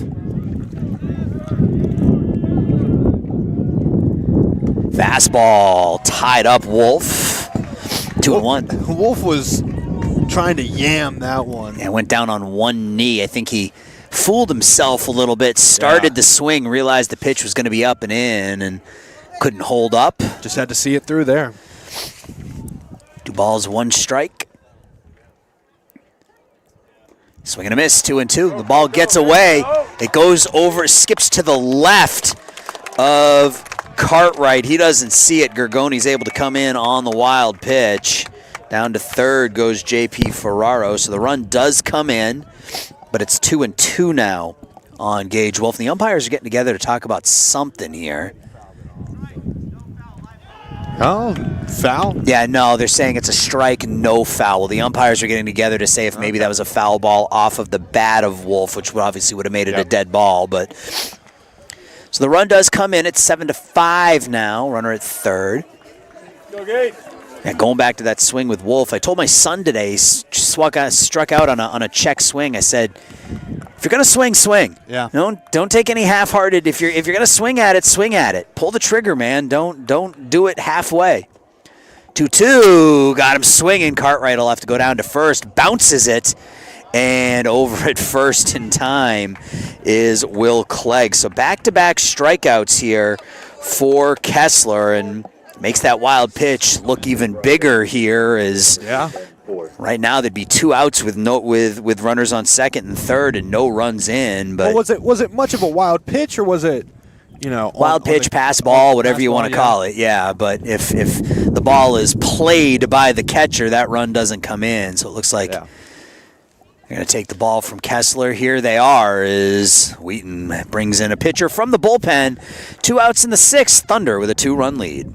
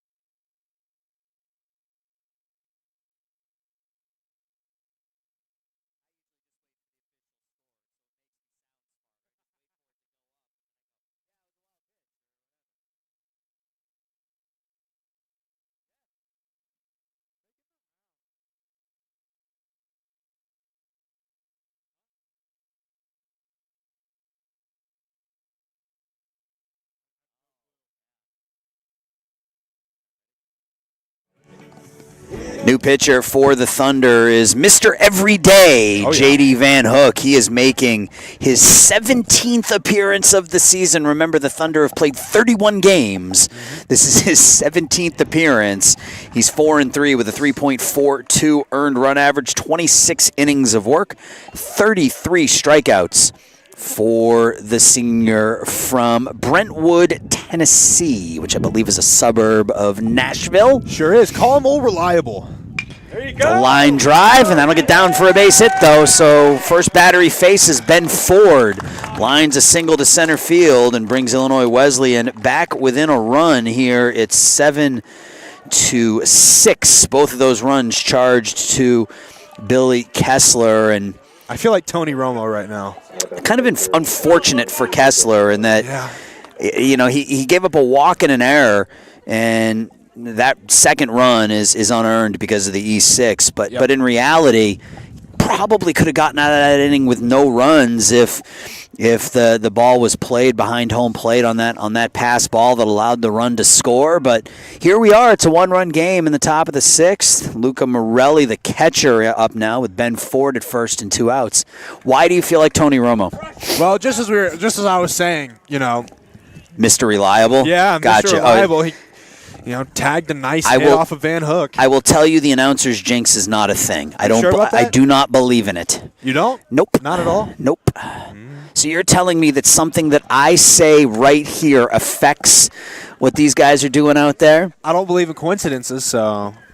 Okay, fair enough. Could be. Could be. All right. I used to believe in it, but yeah. Eventually, you're going to say the opposite of what you do. Enough games, and eventually you're going to say the opposite of what happens on the field. True. It's just how it goes. Right, yeah. 2 balls, 1 strike here on Luca Morelli. I think we had a pitch clock violation there on Van Hook. 2-1 in the dirt, 3-1. Ball skips away. Cartwright holds on. That will be a wild pitch. Ford will go down to second. Yep. I will say I do feel I've done my part in manifesting some plays. Yeah, I mean you can. One of my all-time favorite calls I've had as a broadcaster. It was 2 years ago, so not this past season, but the season before. I was broadcasting basketball. It was a game against Augustana. I always try to. The pitch is fisted into center field, but right there is we'll come back to Dimitrovich. And yeah, we're going to have to come back to it. The Thunder get out of the inning. Titans pick up 2 more.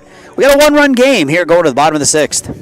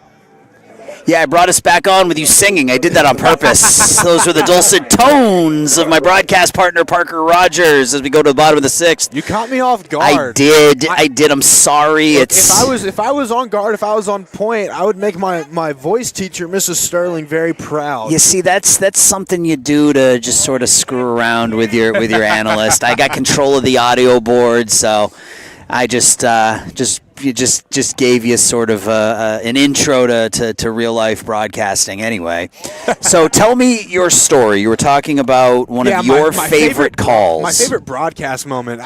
I call it manifestation. Sure. Kyle, who's running the score bug, he's gonna like this one. The basketball team was playing Augustana. We were down a little bit. We needed a 3 to I think it was either to tie the game up or get the lead. And I was mentioning how Kyle had been shooting well all night from around the horn. I see him up there smiling. Yeah, he posted up in the left-hand corner. Ball got swung out to him. He hit a heavily contested 3. Put him. I think it was either the lead or the tie. Went into overtime. I'm pretty sure Wheaton ended up winning that game.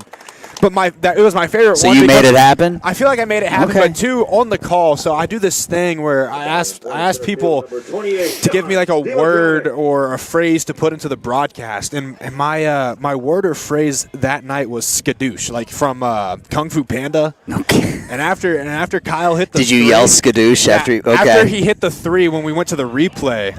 Got a bunt here and the throw in time to retire Dimitrovich for the second out of the inning. Continue your story. When we went to the replay and I was, doing the play-by-play on the replay, I slipped in the skadoosh. Okay. All right. I think one of the best pulls that I've had for inserting a word or a phrase is pyroclastic flow. All right. That's a tough word to work in. I had one of my broadcast buddies was tasked with getting as many Taylor Swift song names as he could into a baseball broadcast over 9 innings, and I think he ended up. It was somewhere in the vicinity of like 15 to 18. Holy cow! Yeah, it was impressive. I did one where I was just quoting Creed the whole time. Okay, that's all right. I made a video. I posted on my Instagram of me just having a couple of pulling quotes out here and there. 1-2 here on Yee. The pitch is bounced in the dirt. They're going to say Yee went around, and that was a really, really quick 6th inning for Jack Flagg. We go to the 7th. We got a fun one.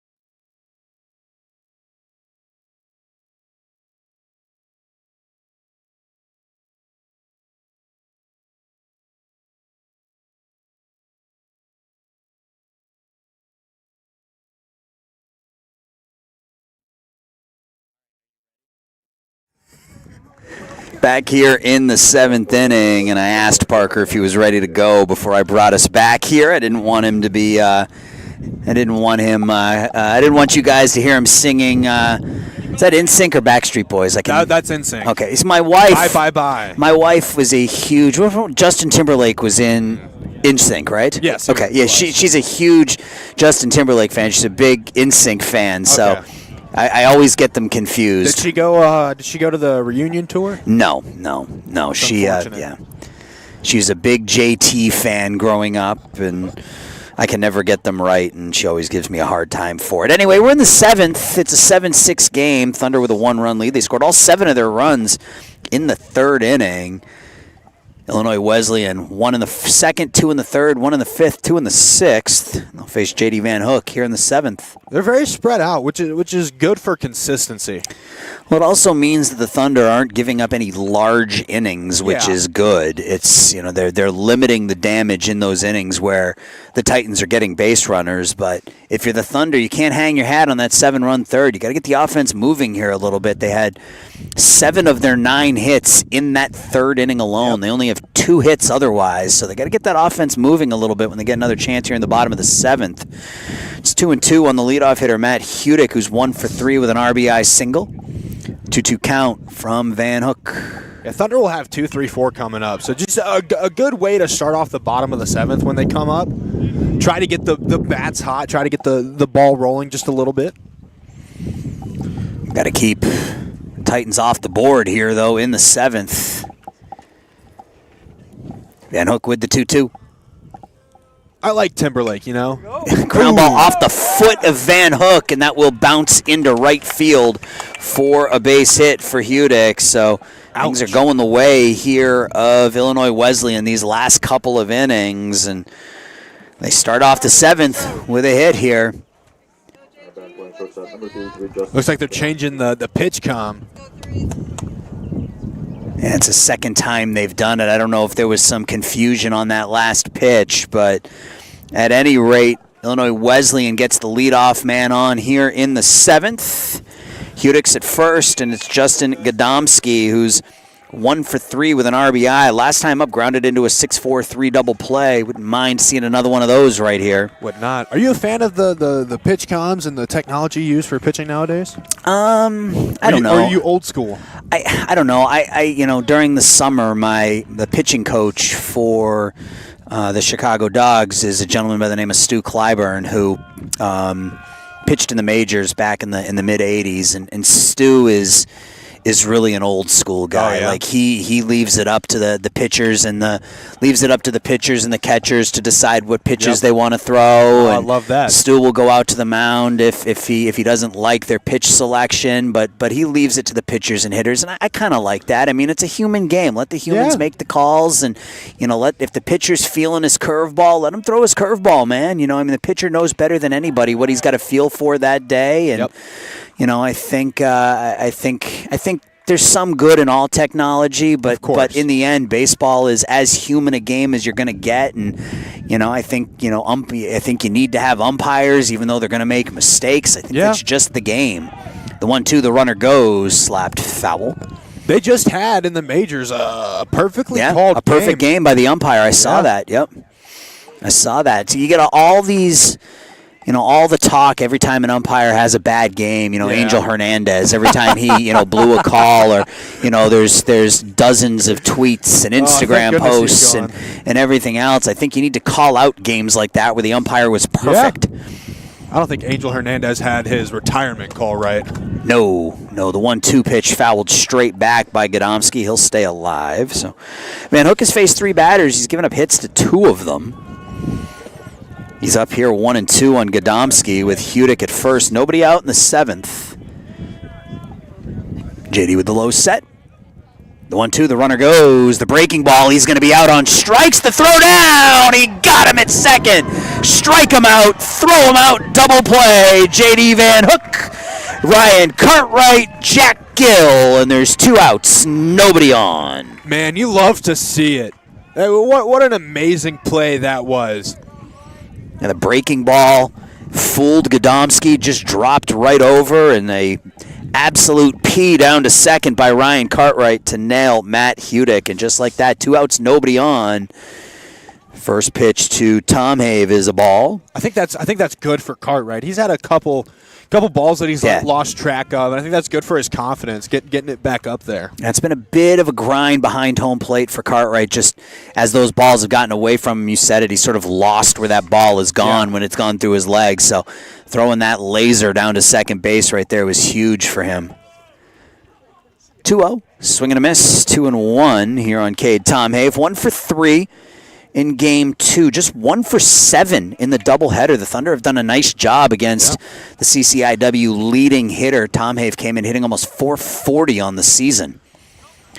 Pitch downstairs for a ball, 3-1.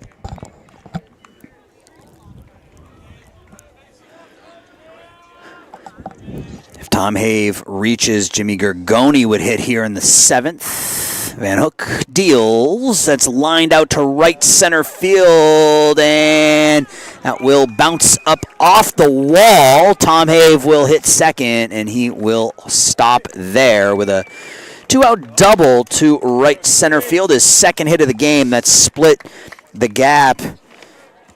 Dimitrovich and McLowry had to race over to field that. So the tying run into scoring position with 2 outs now here in the 7th. That makes that strike him out, throw him out even that much more important, as we have a tie game right here. Yeah, most definitely could. I felt like I do when I'm bowling on that one, because I was leaning over trying to see if he would catch it. Kind of go, get it. Yeah, it was curving away with the righty at the plate. That ball off the bat was slicing away from the center fielder, Dimitrovich, and he just wasn't able to make the play. First pitch fastball cut on and missed by Gergoni, 0-1. Bowling is not my forte. No? No, not at all. I hate to admit it, but my girlfriend beats me at bowling every time we play. Why do you hate to admit it? Because I'm the athlete. I played college sports. So? I played college football, and So she's better than you. She's better at you than bowling. That's fine. Know. Fastball inside, 0-2. I feel like my dad is disappointed. My dad took my dad took bowling classes in college. You disappointed your dad because your girlfriend is better at bowling than you. Yeah, my dad took bowling classes in college because he needed like some athletic. Needed another credit. Yeah, and he's like, I guess he. Well, expects me to be bowling good. isn't a gene. I mean, it's not. But I think he tried growing up to teach me how to be a 0-2 good pitch, bowler. fastball throws it right by Gergoni. So we're going to go to the stretch, and Parker and I are going to talk about his bowling inadequacies here as we go to the bottom of the 7th.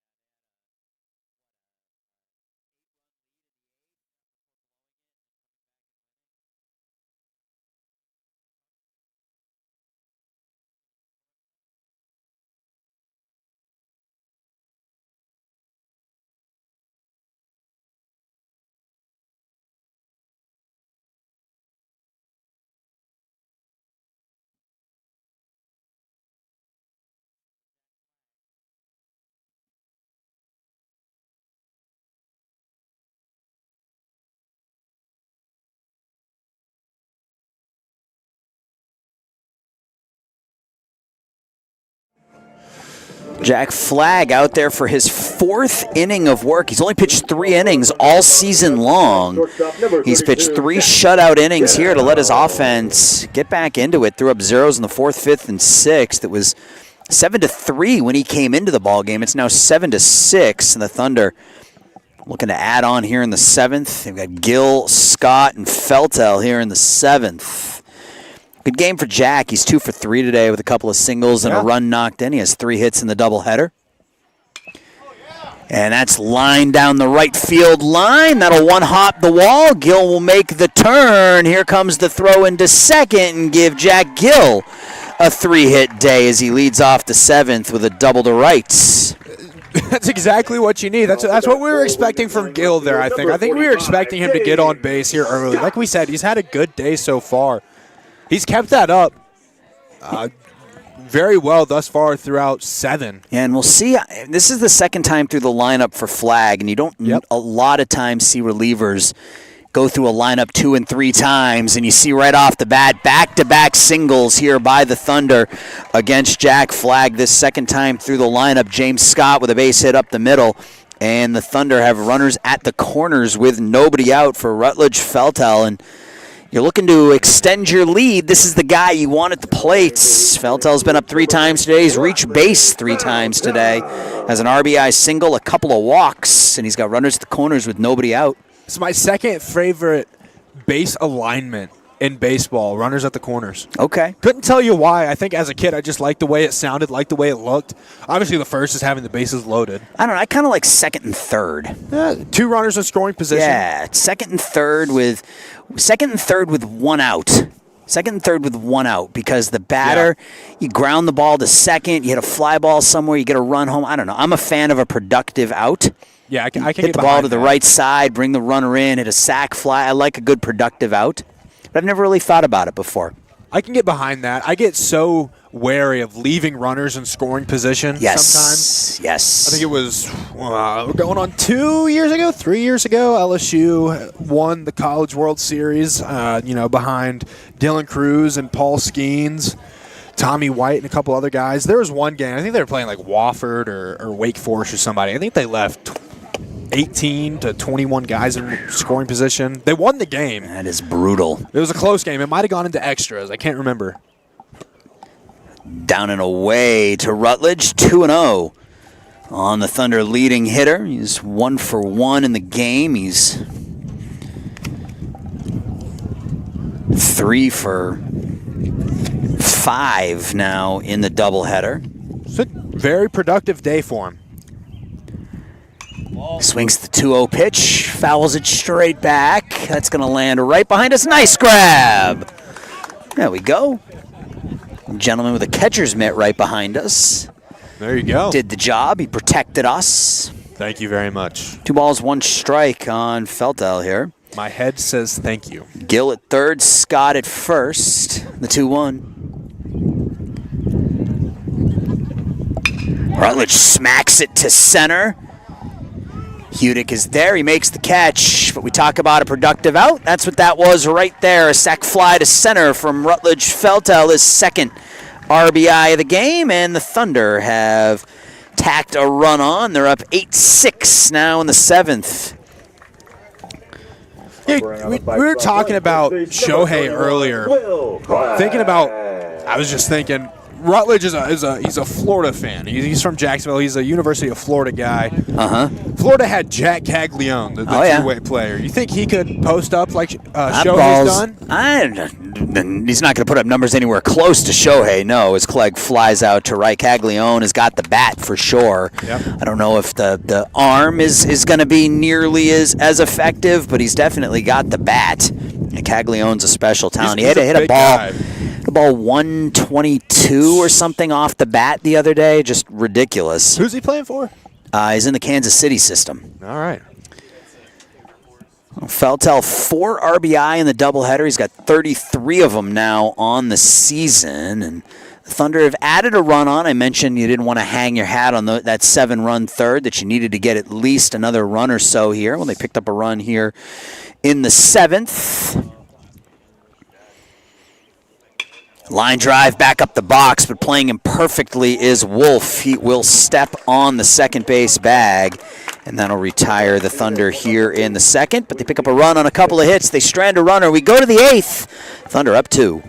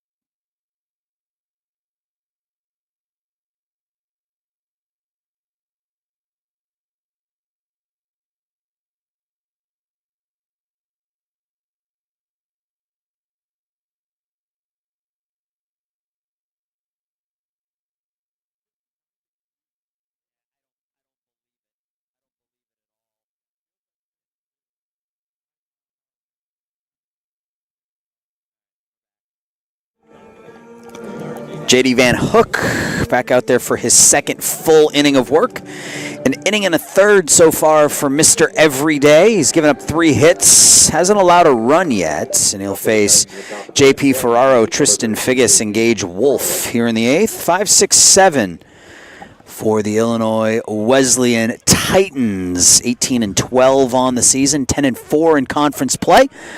Thunder 12-19, 5-7, looking for a split of this doubleheader. My name's Aaron Schellen. My partner is Parker Rogers here for this doubleheader. I hope you've enjoyed our broadcast of Wheaton Thunder baseball today. I've had a good time. It's my first time doing a Thunder baseball game this year. My first time ever doing a Thunder baseball game. I was able to do a couple of soccer games during the fall, and happy to be over here doing some baseball here in the spring. This is my true love. This is what I love doing, calling baseball. So getting the opportunity to do it for Wheaton College has been a blast. So thank you for having me, and I hope you are enjoying our broadcast. So J.P. Ferraro draws a 4-pitch walk to start off the 8th inning. So it's not as if Illinois Wesleyan hasn't had their chances here. They've got 10 hits. The Thunder have made 3 errors. They've walked a couple of batters, but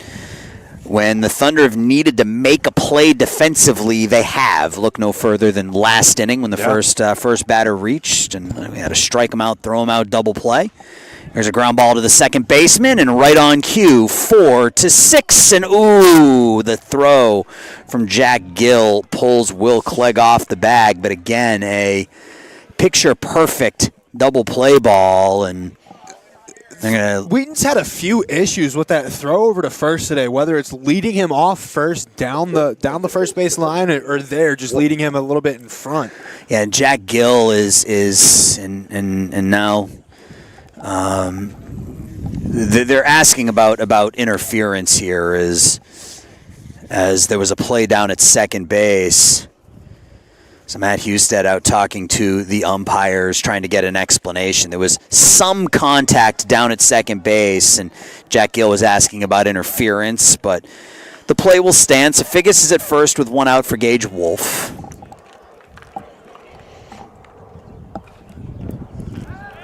Throw over. You know, it's a busy day in the CCIW, several double headers going on. You got some scores? Take a check around the CCIW right now. Augustana leads Carroll at Carroll, top of the 6th. Augustana leads 6-3.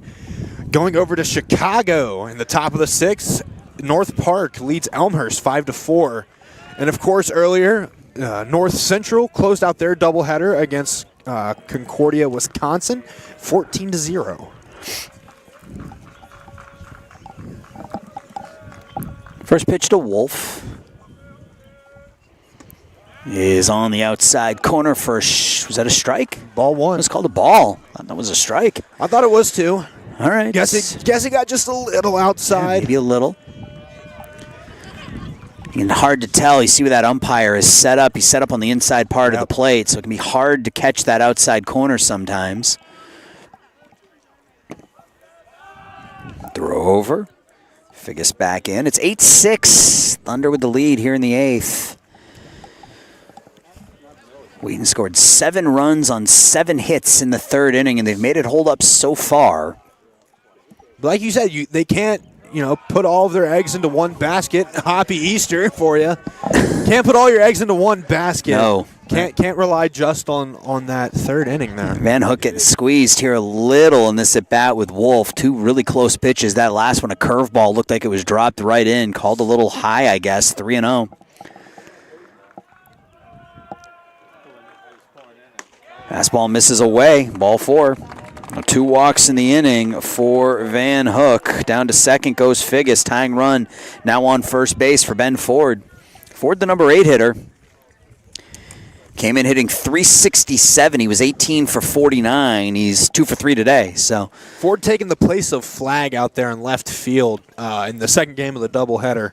Yeah, they replaced a .367 hitter with a .367 hitter. Yeah, there you go. No real dip in production when you got Ford out there in left field instead of Flagg. Flagg, .367 and 90 at bats. Ford, .367 and 49 at bats. So So 2 on, 1 out for Ford, with Luca Morelli in the on-deck circle.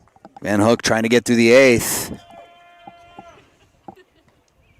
First pitch fastball, swing and a miss, 0-1 on Ford. Ford, the freshman from Naperville, went to Waubonsie Valley. You know, there's like 5 high schools in Naperville. Really? Yeah, Naperville. There's a lot of high schools in Naperville, Plainfield. I think there's either 8 or 9 high schools between Naperville and Plainfield. So, well, there you go. A lot of kids in that area. Oh yeah. You see, I don't know how to gauge the size up here because living in. Well, you live in Houston. It's one Houston. of the biggest cities in the nation. Yes. Yeah. But there's a lot of suburbs. I live outside of Houston. I don't live in Houston proper. I live in Spring, Texas, which is north of Houston. But it's right by all these other little smaller towns. Not like small. The high school I was zoned to had more students than Wheaton College does. So I don't know what that says about a lot of people. Size. A lot of people in Texas. A little too many people in Texas. That's one of the reasons why I can't stand Houston. It's overcrowded. It's getting overpopulated. The traffic's bad. The weather sucks. It's too hot. And then it sporadically gets really cold. I mean, it snowed there in January. 1-1 fastball is lined into center field for a base hit. That's 3 hits for Ford. Rounding third is Figgis. He will score the throw into the middle of the diamond. That gets away, and it's going to allow both runners to advance. So it's an RBI single for Ben Ford. A throwing error will allow both runners to advance. The tying run is now 90 feet away. The go-ahead run is at second base, and the Thunder are going to earn this one. They got runners on second and third now with 1 out. And the number 9 hitter, Luca Morelli, stepping in. You just said this was your favorite base position. Well, for our team, not when the other team is doing it. True. My favorite batting position when the other team is doing it is bases empty, note and 2 outs.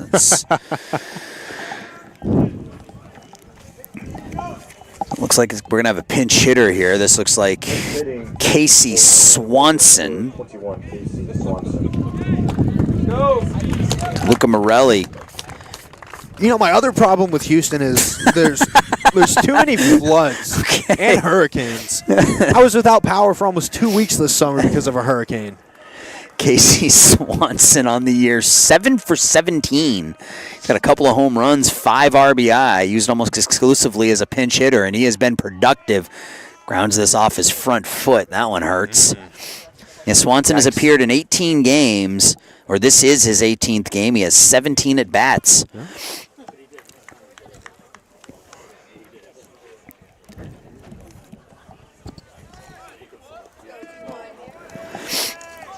I guess when it comes to making an argument on regions, would you prefer a hurricane or a polar vortex? A polar vortex, because you can deal with, a hurricane is destructive. Cold weather, you can just stay in the house and turn the heat on. True. Except if you're Texas, because cold weather kills your power grid, yes. Yeah. We don't deal with that here.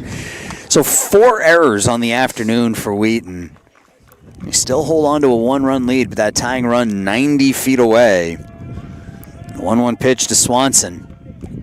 Breaking ball dropped in for a strike, 1-2. See if Van Hook can get himself out of a jam here. He'd love to escape this inning as is right now. No more runs let up. See if he can't get, another reliever out of the bullpen for the 9th. Yeah, got himself into this trouble in the inning with a couple of walks. See if he can get himself out of it here. The 1-2 pitch to Swanson.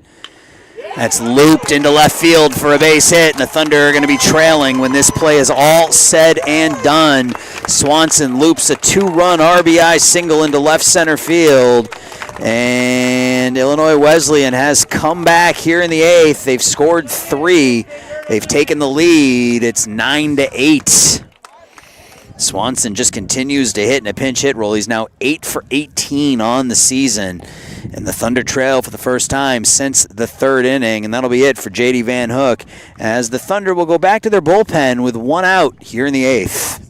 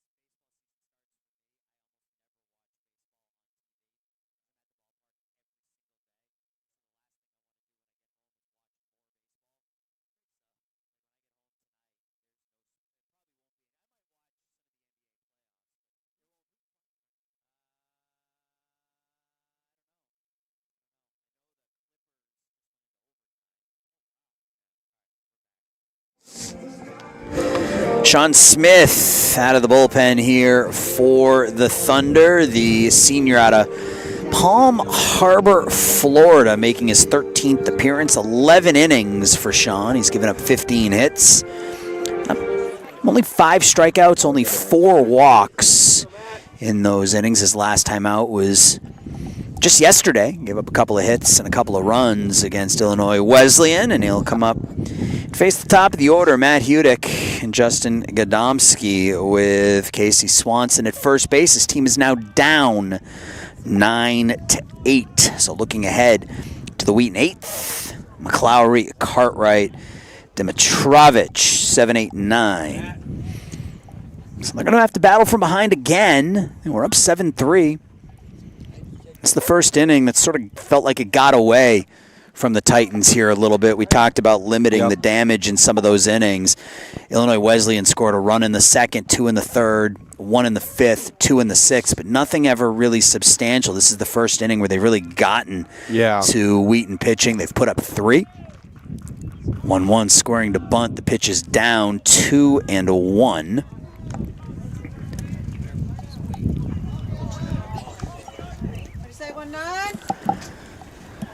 Hudick 2 for 4, a couple of singles and RBI. He's 2 for 6 in the doubleheader now. He's reached base 5 times, a couple of hits, a couple of hit by pitches, and a walk, and he's up in the count here, 3-1. Hitter's pitch, man. You wouldn't want to walk your first batter if you're Smith. No, but what we've seen here today from the Wheaton bullpen is they've struggled with that first batter. Billy Kessler walked his first batter. J.D. Van Hook gave up an RBI single to his first batter. So we'll see if Sean Smith can battle back and sort of buck that trend here in the 8th inning and retire Hudick, keep Swanson at first, and try to get out of this, keeping it a 1-run game. Yeah, Hudick fouled that one back, made the count full. See what Smith has dialed up here for the payoff. Here comes the payoff. The runner goes. It's slapped foul. So Hudick stays alive, making Smith pitch to him a little bit. Trying to see if he can't get on board, try to push that runner into scoring position. Again, that's Swanson on first. 9 runs, 12 hits, no errors for the Titans. 8 runs, 11 hits, 4 errors for the Wheaton Thunder here in Game 2. Another payoff pitch from Smith to Hudick is in the dirt. Ball 4. So all 3 Thunder relievers have allowed that first man to reach. Yep. 2 on, 1 out for Gadomski, and now is when it starts to get dangerous. It's already been a 3-run inning, and you've got the top 2 hitters in CCIW play coming up to bat here, and Justin Gadomski and Cade Tomhave with 1 out and already 3 in. No pressure for the reliever here. No pressure at all. Some people thrive under pressure. Hopefully that's the case for Smith. Yeah, I mean, if you're a reliever, you got to, you got to be able to come in and just block out the noise and shake off whatever pressure's there, right? I mean, you're going to come in with runners on base. You're going to come in hairy situations, and it's your job to just get it done. Yeah. Falls behind Gadomski, 1-0. Justin 1 for 4 with an RBI single today. That's one of the weird things about being an athlete, silencing the crowd, blocking everything out. Line to right, back at the wall, off the glove of McLowry out in right field. That won't score anybody. Both runners had to hold up to see if the ball would be caught, so it's a single to right. Hudick will go to second. Swanson will go to third, and just off the glove of Peyton McLowry. Baseball is a game of inches, and that ball was inches away from being an out. It was inches away from being extra bases. As it is, it's a single. The bases are loaded with 1 out for Cade Tomhave, who's 2 for 4 with a couple of doubles. Thunder did a good job against him in Game 1, but he's come to life here a bit in Game 2, and now he's up with the bases loaded. Yeah, McLowry was fully stretched out on that one. Was just about half a step away from making full contact on it, just out the top of his glove. It's ball 1. 8th man to hit in the inning, Cade Tomhave.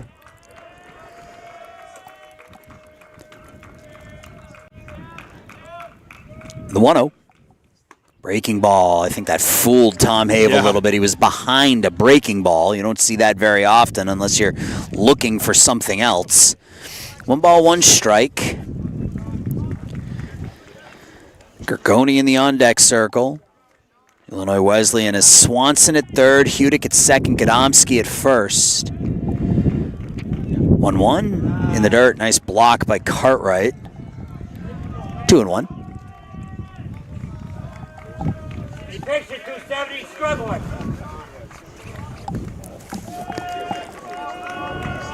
2 balls, 1 strike, 1 out here in the 8th. Smith, the low set, the 2-1 offering. Is a fastball that misses in 3-1. Close pitch, called a ball. And now Tom Have in the catbird seat here. Smith has to throw him a strike. We'll see if Tom Have is up there swinging. CCIW's leading hitter digs in with a 3-1 count and the base is loaded. No place to put him. I think he swings at this one. Pitch from Smith. Swung on and missed. That's a tight slider there, it looks like, from Tom Have. 3 balls, 2 strikes, 2 outs, or 1 out rather. Bases loaded.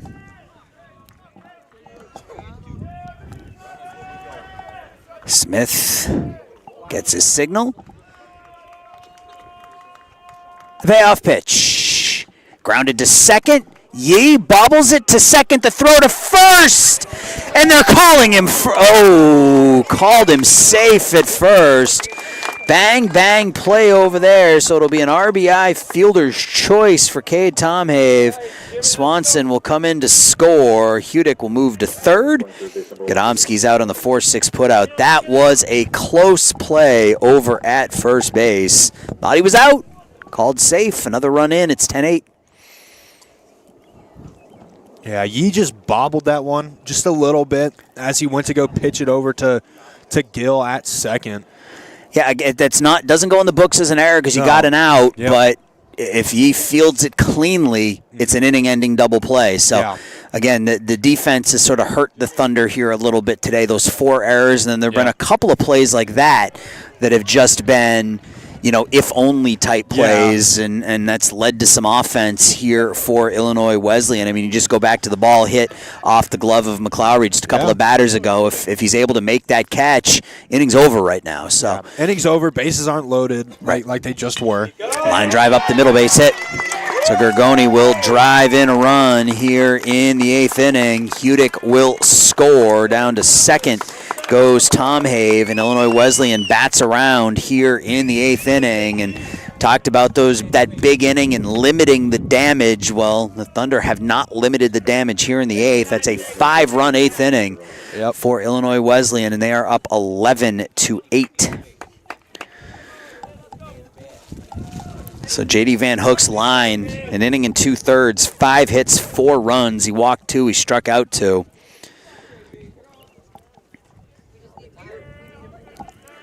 Runners on first and second, or J.P. Ferraro, who led off the inning with a walk off J.D. Van Hook.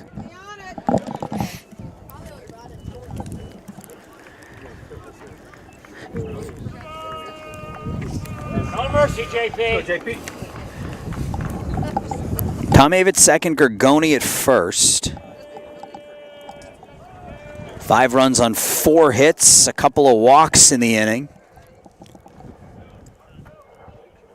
Fastball misses outside, 1-1.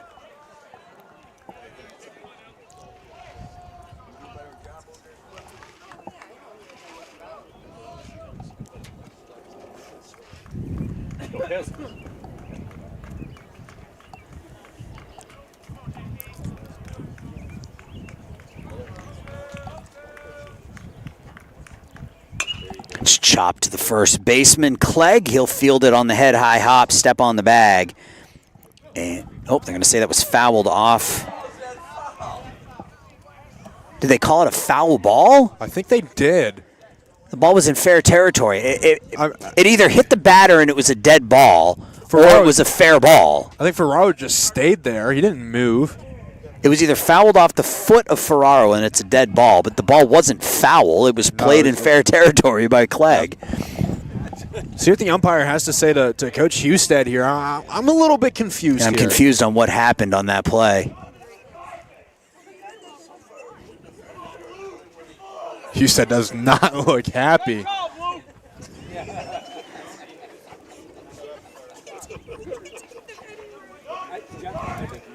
Yeah, I'm not sure what that call. To this point, I don't know what that call. They called it a foul ball. Yeah. So unless Ferraro hit it off himself, which has to be the call, they have to be saying that J.P. Ferraro fouled that ball off of himself.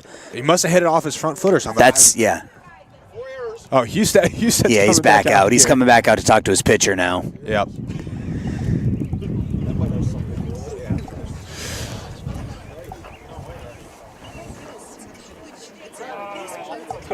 Yeah, Coach Husted is obviously a little frustrated with kind of how this whole eighth inning is gone, and a play like that just sort of gives him a reason to come out and a little bit more salt in the wound right yeah, there. well, it also gives him a reason to come out and actually express some of that frustration. Yeah.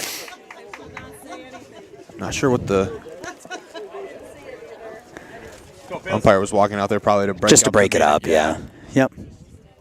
So it's 1-2. And we'll see if ball don't lie holds true here. If ball don't lie, Smith will strike out Ferraro here. Yep.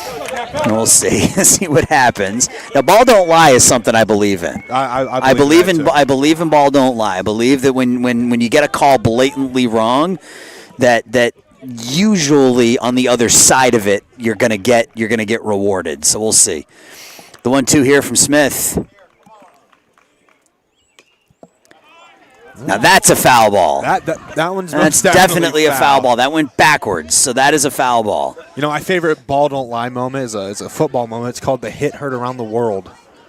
Jadavian Clowney against Michigan. Oh yeah, I remember that. I think that was in the Outback Bowl. Yep, that was a hit. South Carolina, right? That's where Clowney went. South Carolina versus Michigan.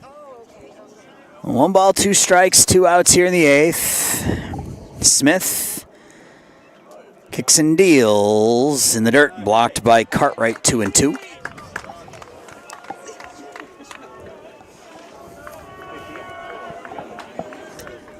Big, long inning here for Illinois Wesleyan. 5 runs, 4 hits, 3 walks. You remember what time we started this game at? Right before 4 o'clock. Yeah, so it was 3:57, 3:47. It's skied to left. Back on it goes Scotty. Turns. He'll have room, and he'll make the catch. Not quite ball don't lie, but the out is recorded. 10 men come to the plate for Illinois Wesleyan, though. They plate 5. We go to the bottom of the 8th. Thunder now trail 11-8.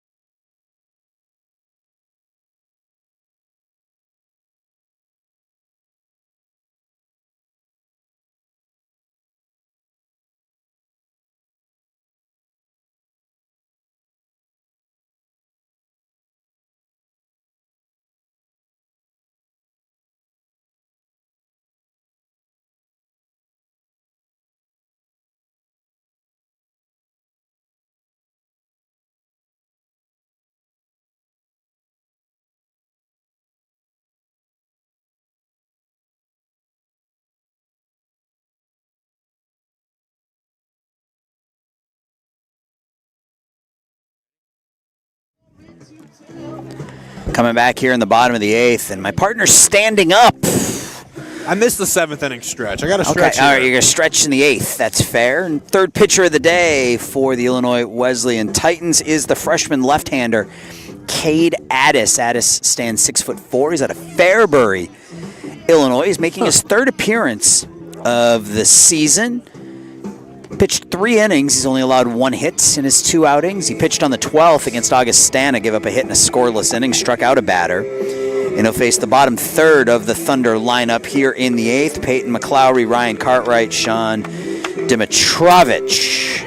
Jack Flagg, 4 innings of relief. He's in line to pick up the victory as he gave up 3 hits and a run in his 4 innings of work.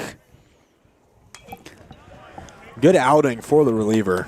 Yeah, Flagg started in left field in Game 1. He came in relief in Game 2, and he's in line for the W now as he put up enough zeros to give his offense a chance to get back into it. Yep. That's all you can ask for from him. Yep, and now Addis out there to try to preserve the W for Flagg. It's 1-1 here on McLowry. Swing and a miss, 1-2.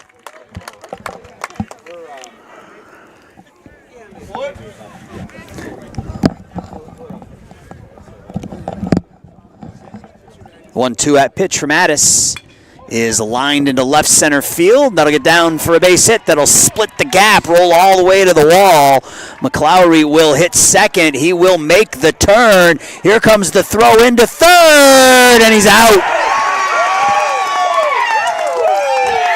Perfectly executed 8-6-5 put out at third base. And if you've ever learned anything playing the game of baseball, you don't want to make the first or last out at third base. Yep. Coach, you said out there. Again, yeah, asking for help from the umpire. So it was called by the first base umpire. He's coming out now to ask the umpire to get help from the home plate umpire.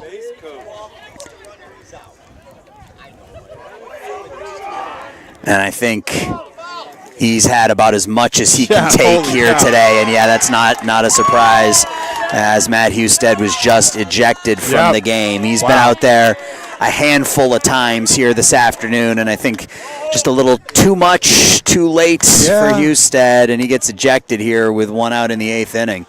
Hey, I'm not going to lie. I love to see it. I love the passion. I love the passion. I love seeing the coaches kind of get fired up for their team, get fired up for their players. Obviously, it's not what you want, but yeah, you got to know score and situation. If you're Peyton McLowry there, you're down by 3. You need base runners. Yeah. I know how badly you want to be at third base, as that's lined out to left, and the catch is made out there on Cartwright, so 2 outs. Hey, you got to know time and situation, and if you're a hitter, and making that first out at third base is just something you don't want to do. You have to be sure you're going to make it in. You got to be confident in your speed. I think more than anything, it has to go with confidence in your speed. So 2 outs now, nobody on for Dimitrovich.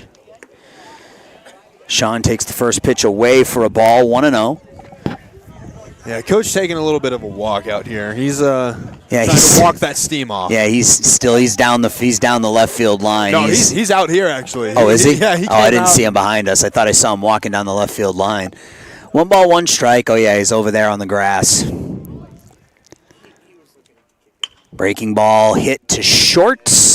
Gadomski over to first, and the Thunder go in order here in the 8th. We go to the 9th. Wheaton down 11-8.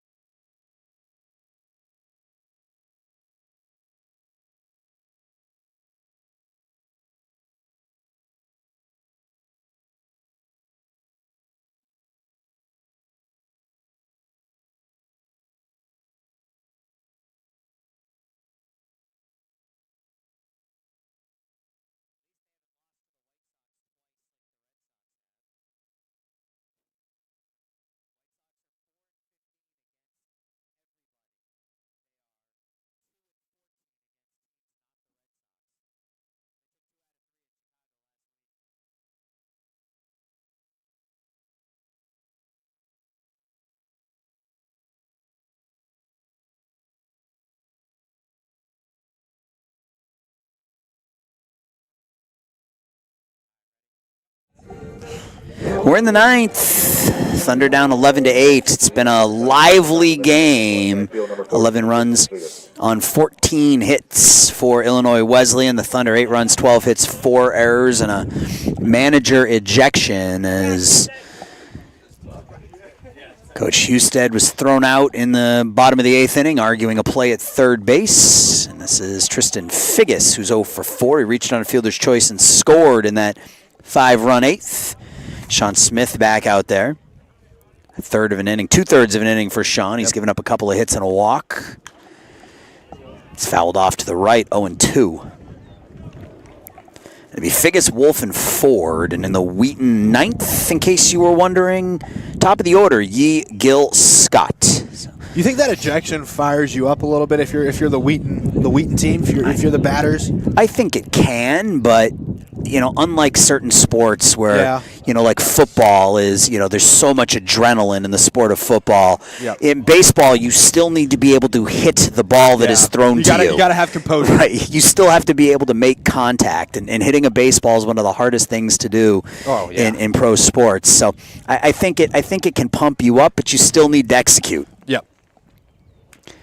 Topped foul at the plate. I think you can see it in hockey, after like a fight, where there's a boost or a goalie change can change momentum. I think in basketball you can see a manager or a head coach getting ejected, kind of give you a boost of energy. But there's something about baseball where it's still like, you might go up there, fire in your eyes and ready to go, and you hit an absolute bullet right at the shortstop who makes the catch. You know what I mean? So I think there's something about the game of baseball that it requires more composure. It requires composure, but there's also a certain amount of luck that goes into what happens once you hit the baseball. Yeah. Your pitcher has absolutely no control over what happens to the ball after it's hit. The batter doesn't really have any control over what happens once they put the swing on it. So there's a certain amount of luck that I think can counteract that. Yeah. That burst of energy or emotion that you can get from an ejection. Yeah. You don't really think of baseball as the most emotional game because you kind of gotta put emotion out of it just to play as composed as you can. Well, it's not played as that pitch is in there for a called strike three. It's not played with as much emotion as football is. Right. Football, you need to be, on a scale of 1 to 10, you need to be at a 10 on every play. Yeah. Baseball's slower paced. Yep. You don't need to be like at a 10 every play, every pitch. Yeah. Right. You do need to be locked in, but it's just a different style of game. Yeah, it's a different style of intensity and concentration, I think. Yeah, it's every at bat is a one-on-one battle, right? It's always the batter versus the pitcher, and then whatever happens when the batter swings happens. Yep. This is Gage Wolf. He's 0 for 3. Walked and scored last inning. Counts 1-1.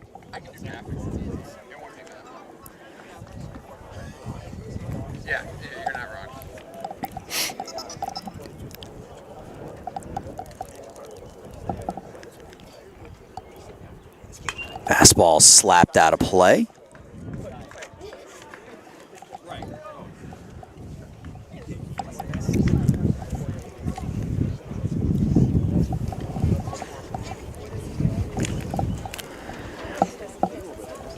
Smith with an 0-2 count here on Gage Wolf, the second baseman. Wolf had 3 hits in game 1, hitless so far in game 2.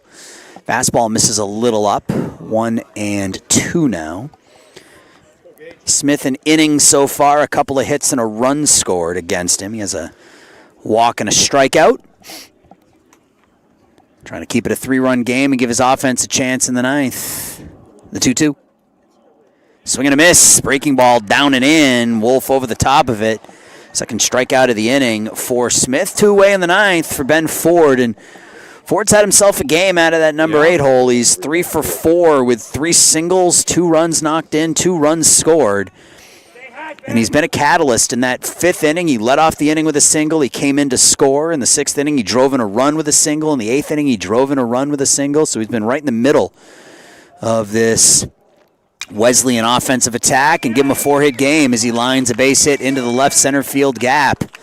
So Ben Ford out of the number 8 spot, 4 for his last 4. And Illinois Wesleyan has a 2-out base runner. Yeah, good hit there by Ford. Just tagging it right in the gap. Wasn't super high. 15 hits now for the Titans. It's about as good as a game as you can ask for. You score 11 runs on 15 hits, you're going to win a lot of baseball games. Yep. There is a reason why they are the best hitting team in the CCIW. Yep, this is Tyler Waltman. He got the start in game 1 and went 0 for 4 in that one. He came in as a defensive replacement in the 8th after Luca Morelli was pinch hit for in the top of the inning. And it was an effective pinch hitting. Yeah. And he brought in Casey Swanson to pinch hit for Morelli, and Morelli lined a 2-run single into left to give his team the lead. So Waltman now at the plate. The runner at first and 2 outs. Runner takes off. The throw down is in time. And Ben Ford is out. Second caught stealing for Ryan Cartwright today. Showing off that arm here in the 9th. We go to the bottom of the 9th. Thunder need 3 to tie, 4 to win.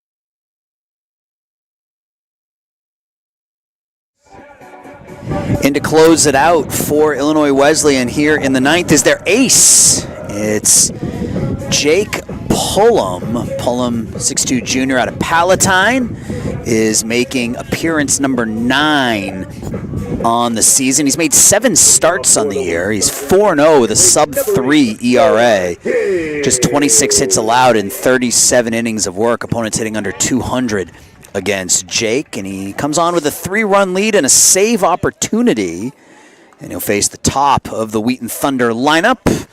Noah Yee, a lot of movement. Jack Gill, James Scott as the first pitch Pullum throws bounces right back to us. Noah Yee 1 for 4 here in game 2. He struck out his last time up. Hit down the right field line. You see Pullum comes in from the not quite sidearm, not quite 3/4 angle, but somewhere in between. Yeah, he's kind of in between. He's kind of down there. He's in between. That first pitch had a lot of slide on it. Really a lot of movement there. 1 ball, 1 strike. Hit to the right side.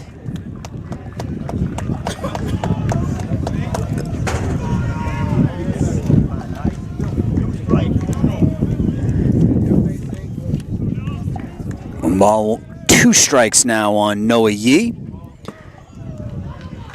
And that sidearm delivery just sort of hooked it. Yeah. 2 balls, 2 strikes. Really going to focus on his windup here because it looks like his windup is a little bit when he's cocking back, getting a little low, and then he comes up with it. Ball low, 3-2.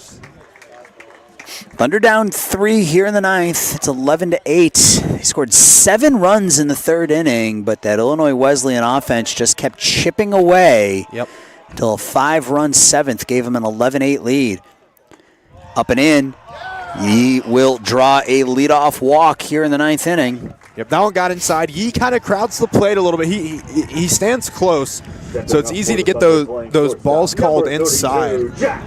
So exactly what you want there if you're Yee leading off here. Yeah, and you need some base runners down 3. So the tying run in the on-deck circle. This is Jack Gills, had himself a day. Jack 3 hits here in Game 2. Had a hit in Game 1, reached base a couple of times. Been a good doubleheader for the shortstop. He was the starting second baseman in Game 1. He needs to continue his streak here. Really get his team in position to either tie the game, send him to extras, or at least get on base. You know, that's his prime directive right now. He can't hit a 3-run home run right now with a runner at first, so just his job is to keep that line moving for James Scott, who's in the on-deck circle. Yeah, that one missed low by the knees. 1 ball, 1 strike. That's a strike on the outside corner, 1-2. Yeah, he hooked that one back in. That was good movement there. Gill 3 for 4 here in Game 2. 2 singles, a double, 2 runs scored, a run knocked in. The 1-2. Got him swinging. Gill went after the outside pitch. 1 away here in the ninth. Now James Scott, the left fielder.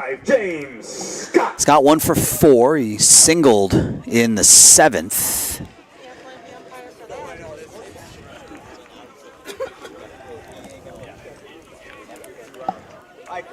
Scott grounded into a 3-6-3 double play back in the first. First pitch is away for a ball, 1-0.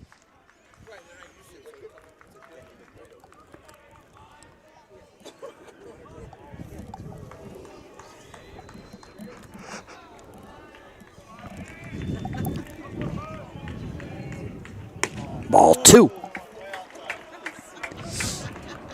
Yeah, I don't think Scott's going to really chase these ones that are coming outside.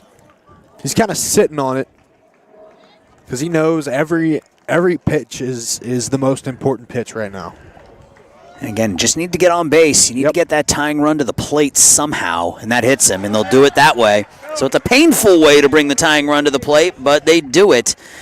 And that's Rutledge Feltel, is the team's leading home run hitter. He's got 5 bombs on the year. He's got 4 runs knocked in the doubleheader, and he does represent the tying run here in the bottom of the ninth. Rutledge Feltel. Feltel here in Game 2 has been up 4 times. He has 1 official at bat. He has a single, 2 walks, 2 runs knocked in. He drove in a pair with an RBI double in Game 1, and he is the potential tying run here in Game 2. Let's see if that bat stays hot for the Florida man.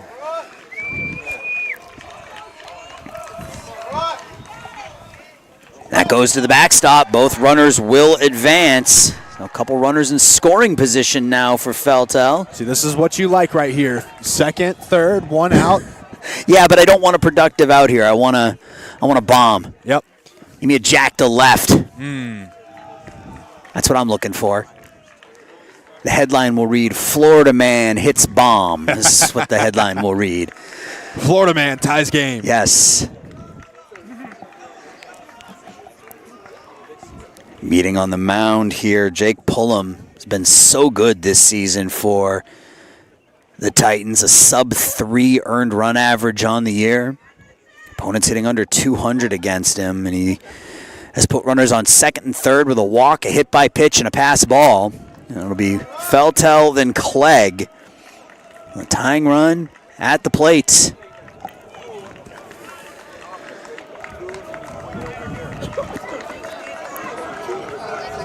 He's walked twice, has an RBI single, and then last time up at a sac fly to center. 1 ball, no strikes. Low and away, 2-0. Yeah, if I'm Feltel, I'm watching right now. These pitches are a little varied from Pullum right now. A lot of them are cresting outside. kind of sweeping around the outside of the plate here. 2-0 in there for a strike. 2-1 now. Yee at third, Scott at second. One away in the ninth. The Thunder aren't going quietly, just like in game one. They put that lead man on in the ninth, but couldn't get him home here. They put 2 on with 1 out. It's called a strike as well. Feltel is asking if that was in. Home plate umpire called it a strike, so it's 2-2 now on Rutledge. Got to stay alive at the plate here. You got to protect with 2 strikes. Pull him now to Feltel. Ball 3 away. Doesn't chase that outside one. I didn't think he would. 0 swings. Let's go, Jake. Feltel digs in. 3 balls, 2 strikes, 1 out here in the ninth. Pullum with the payoff pitch to Rutledge Feltel, the Thunder's leading hitter. Pullum deals. And that's popped up. Gage Wolf makes the catch. 2 outs. Gonna be up to Will Clegg to keep this one going. Clegg, 2 hits today. He's got a couple of singles. Last time up, he flew out to right. A batter that hasn't seen much action, but has swung the bat really, really well over the last couple of weeks, and it's given him these opportunities. This is Clegg's now 4th multi-hit game in his last 6 games. I mean, let's see if Clegg can get a single here. Back in that 3rd inning, all of those runs came off the single. Just keep the line moving.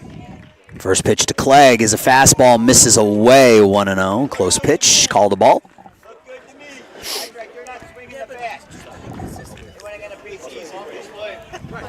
1 ball, no strikes. Clegg juggling the ball in his right hand. He gets the signal. 1-0. Same pitch, same result. Ball 2.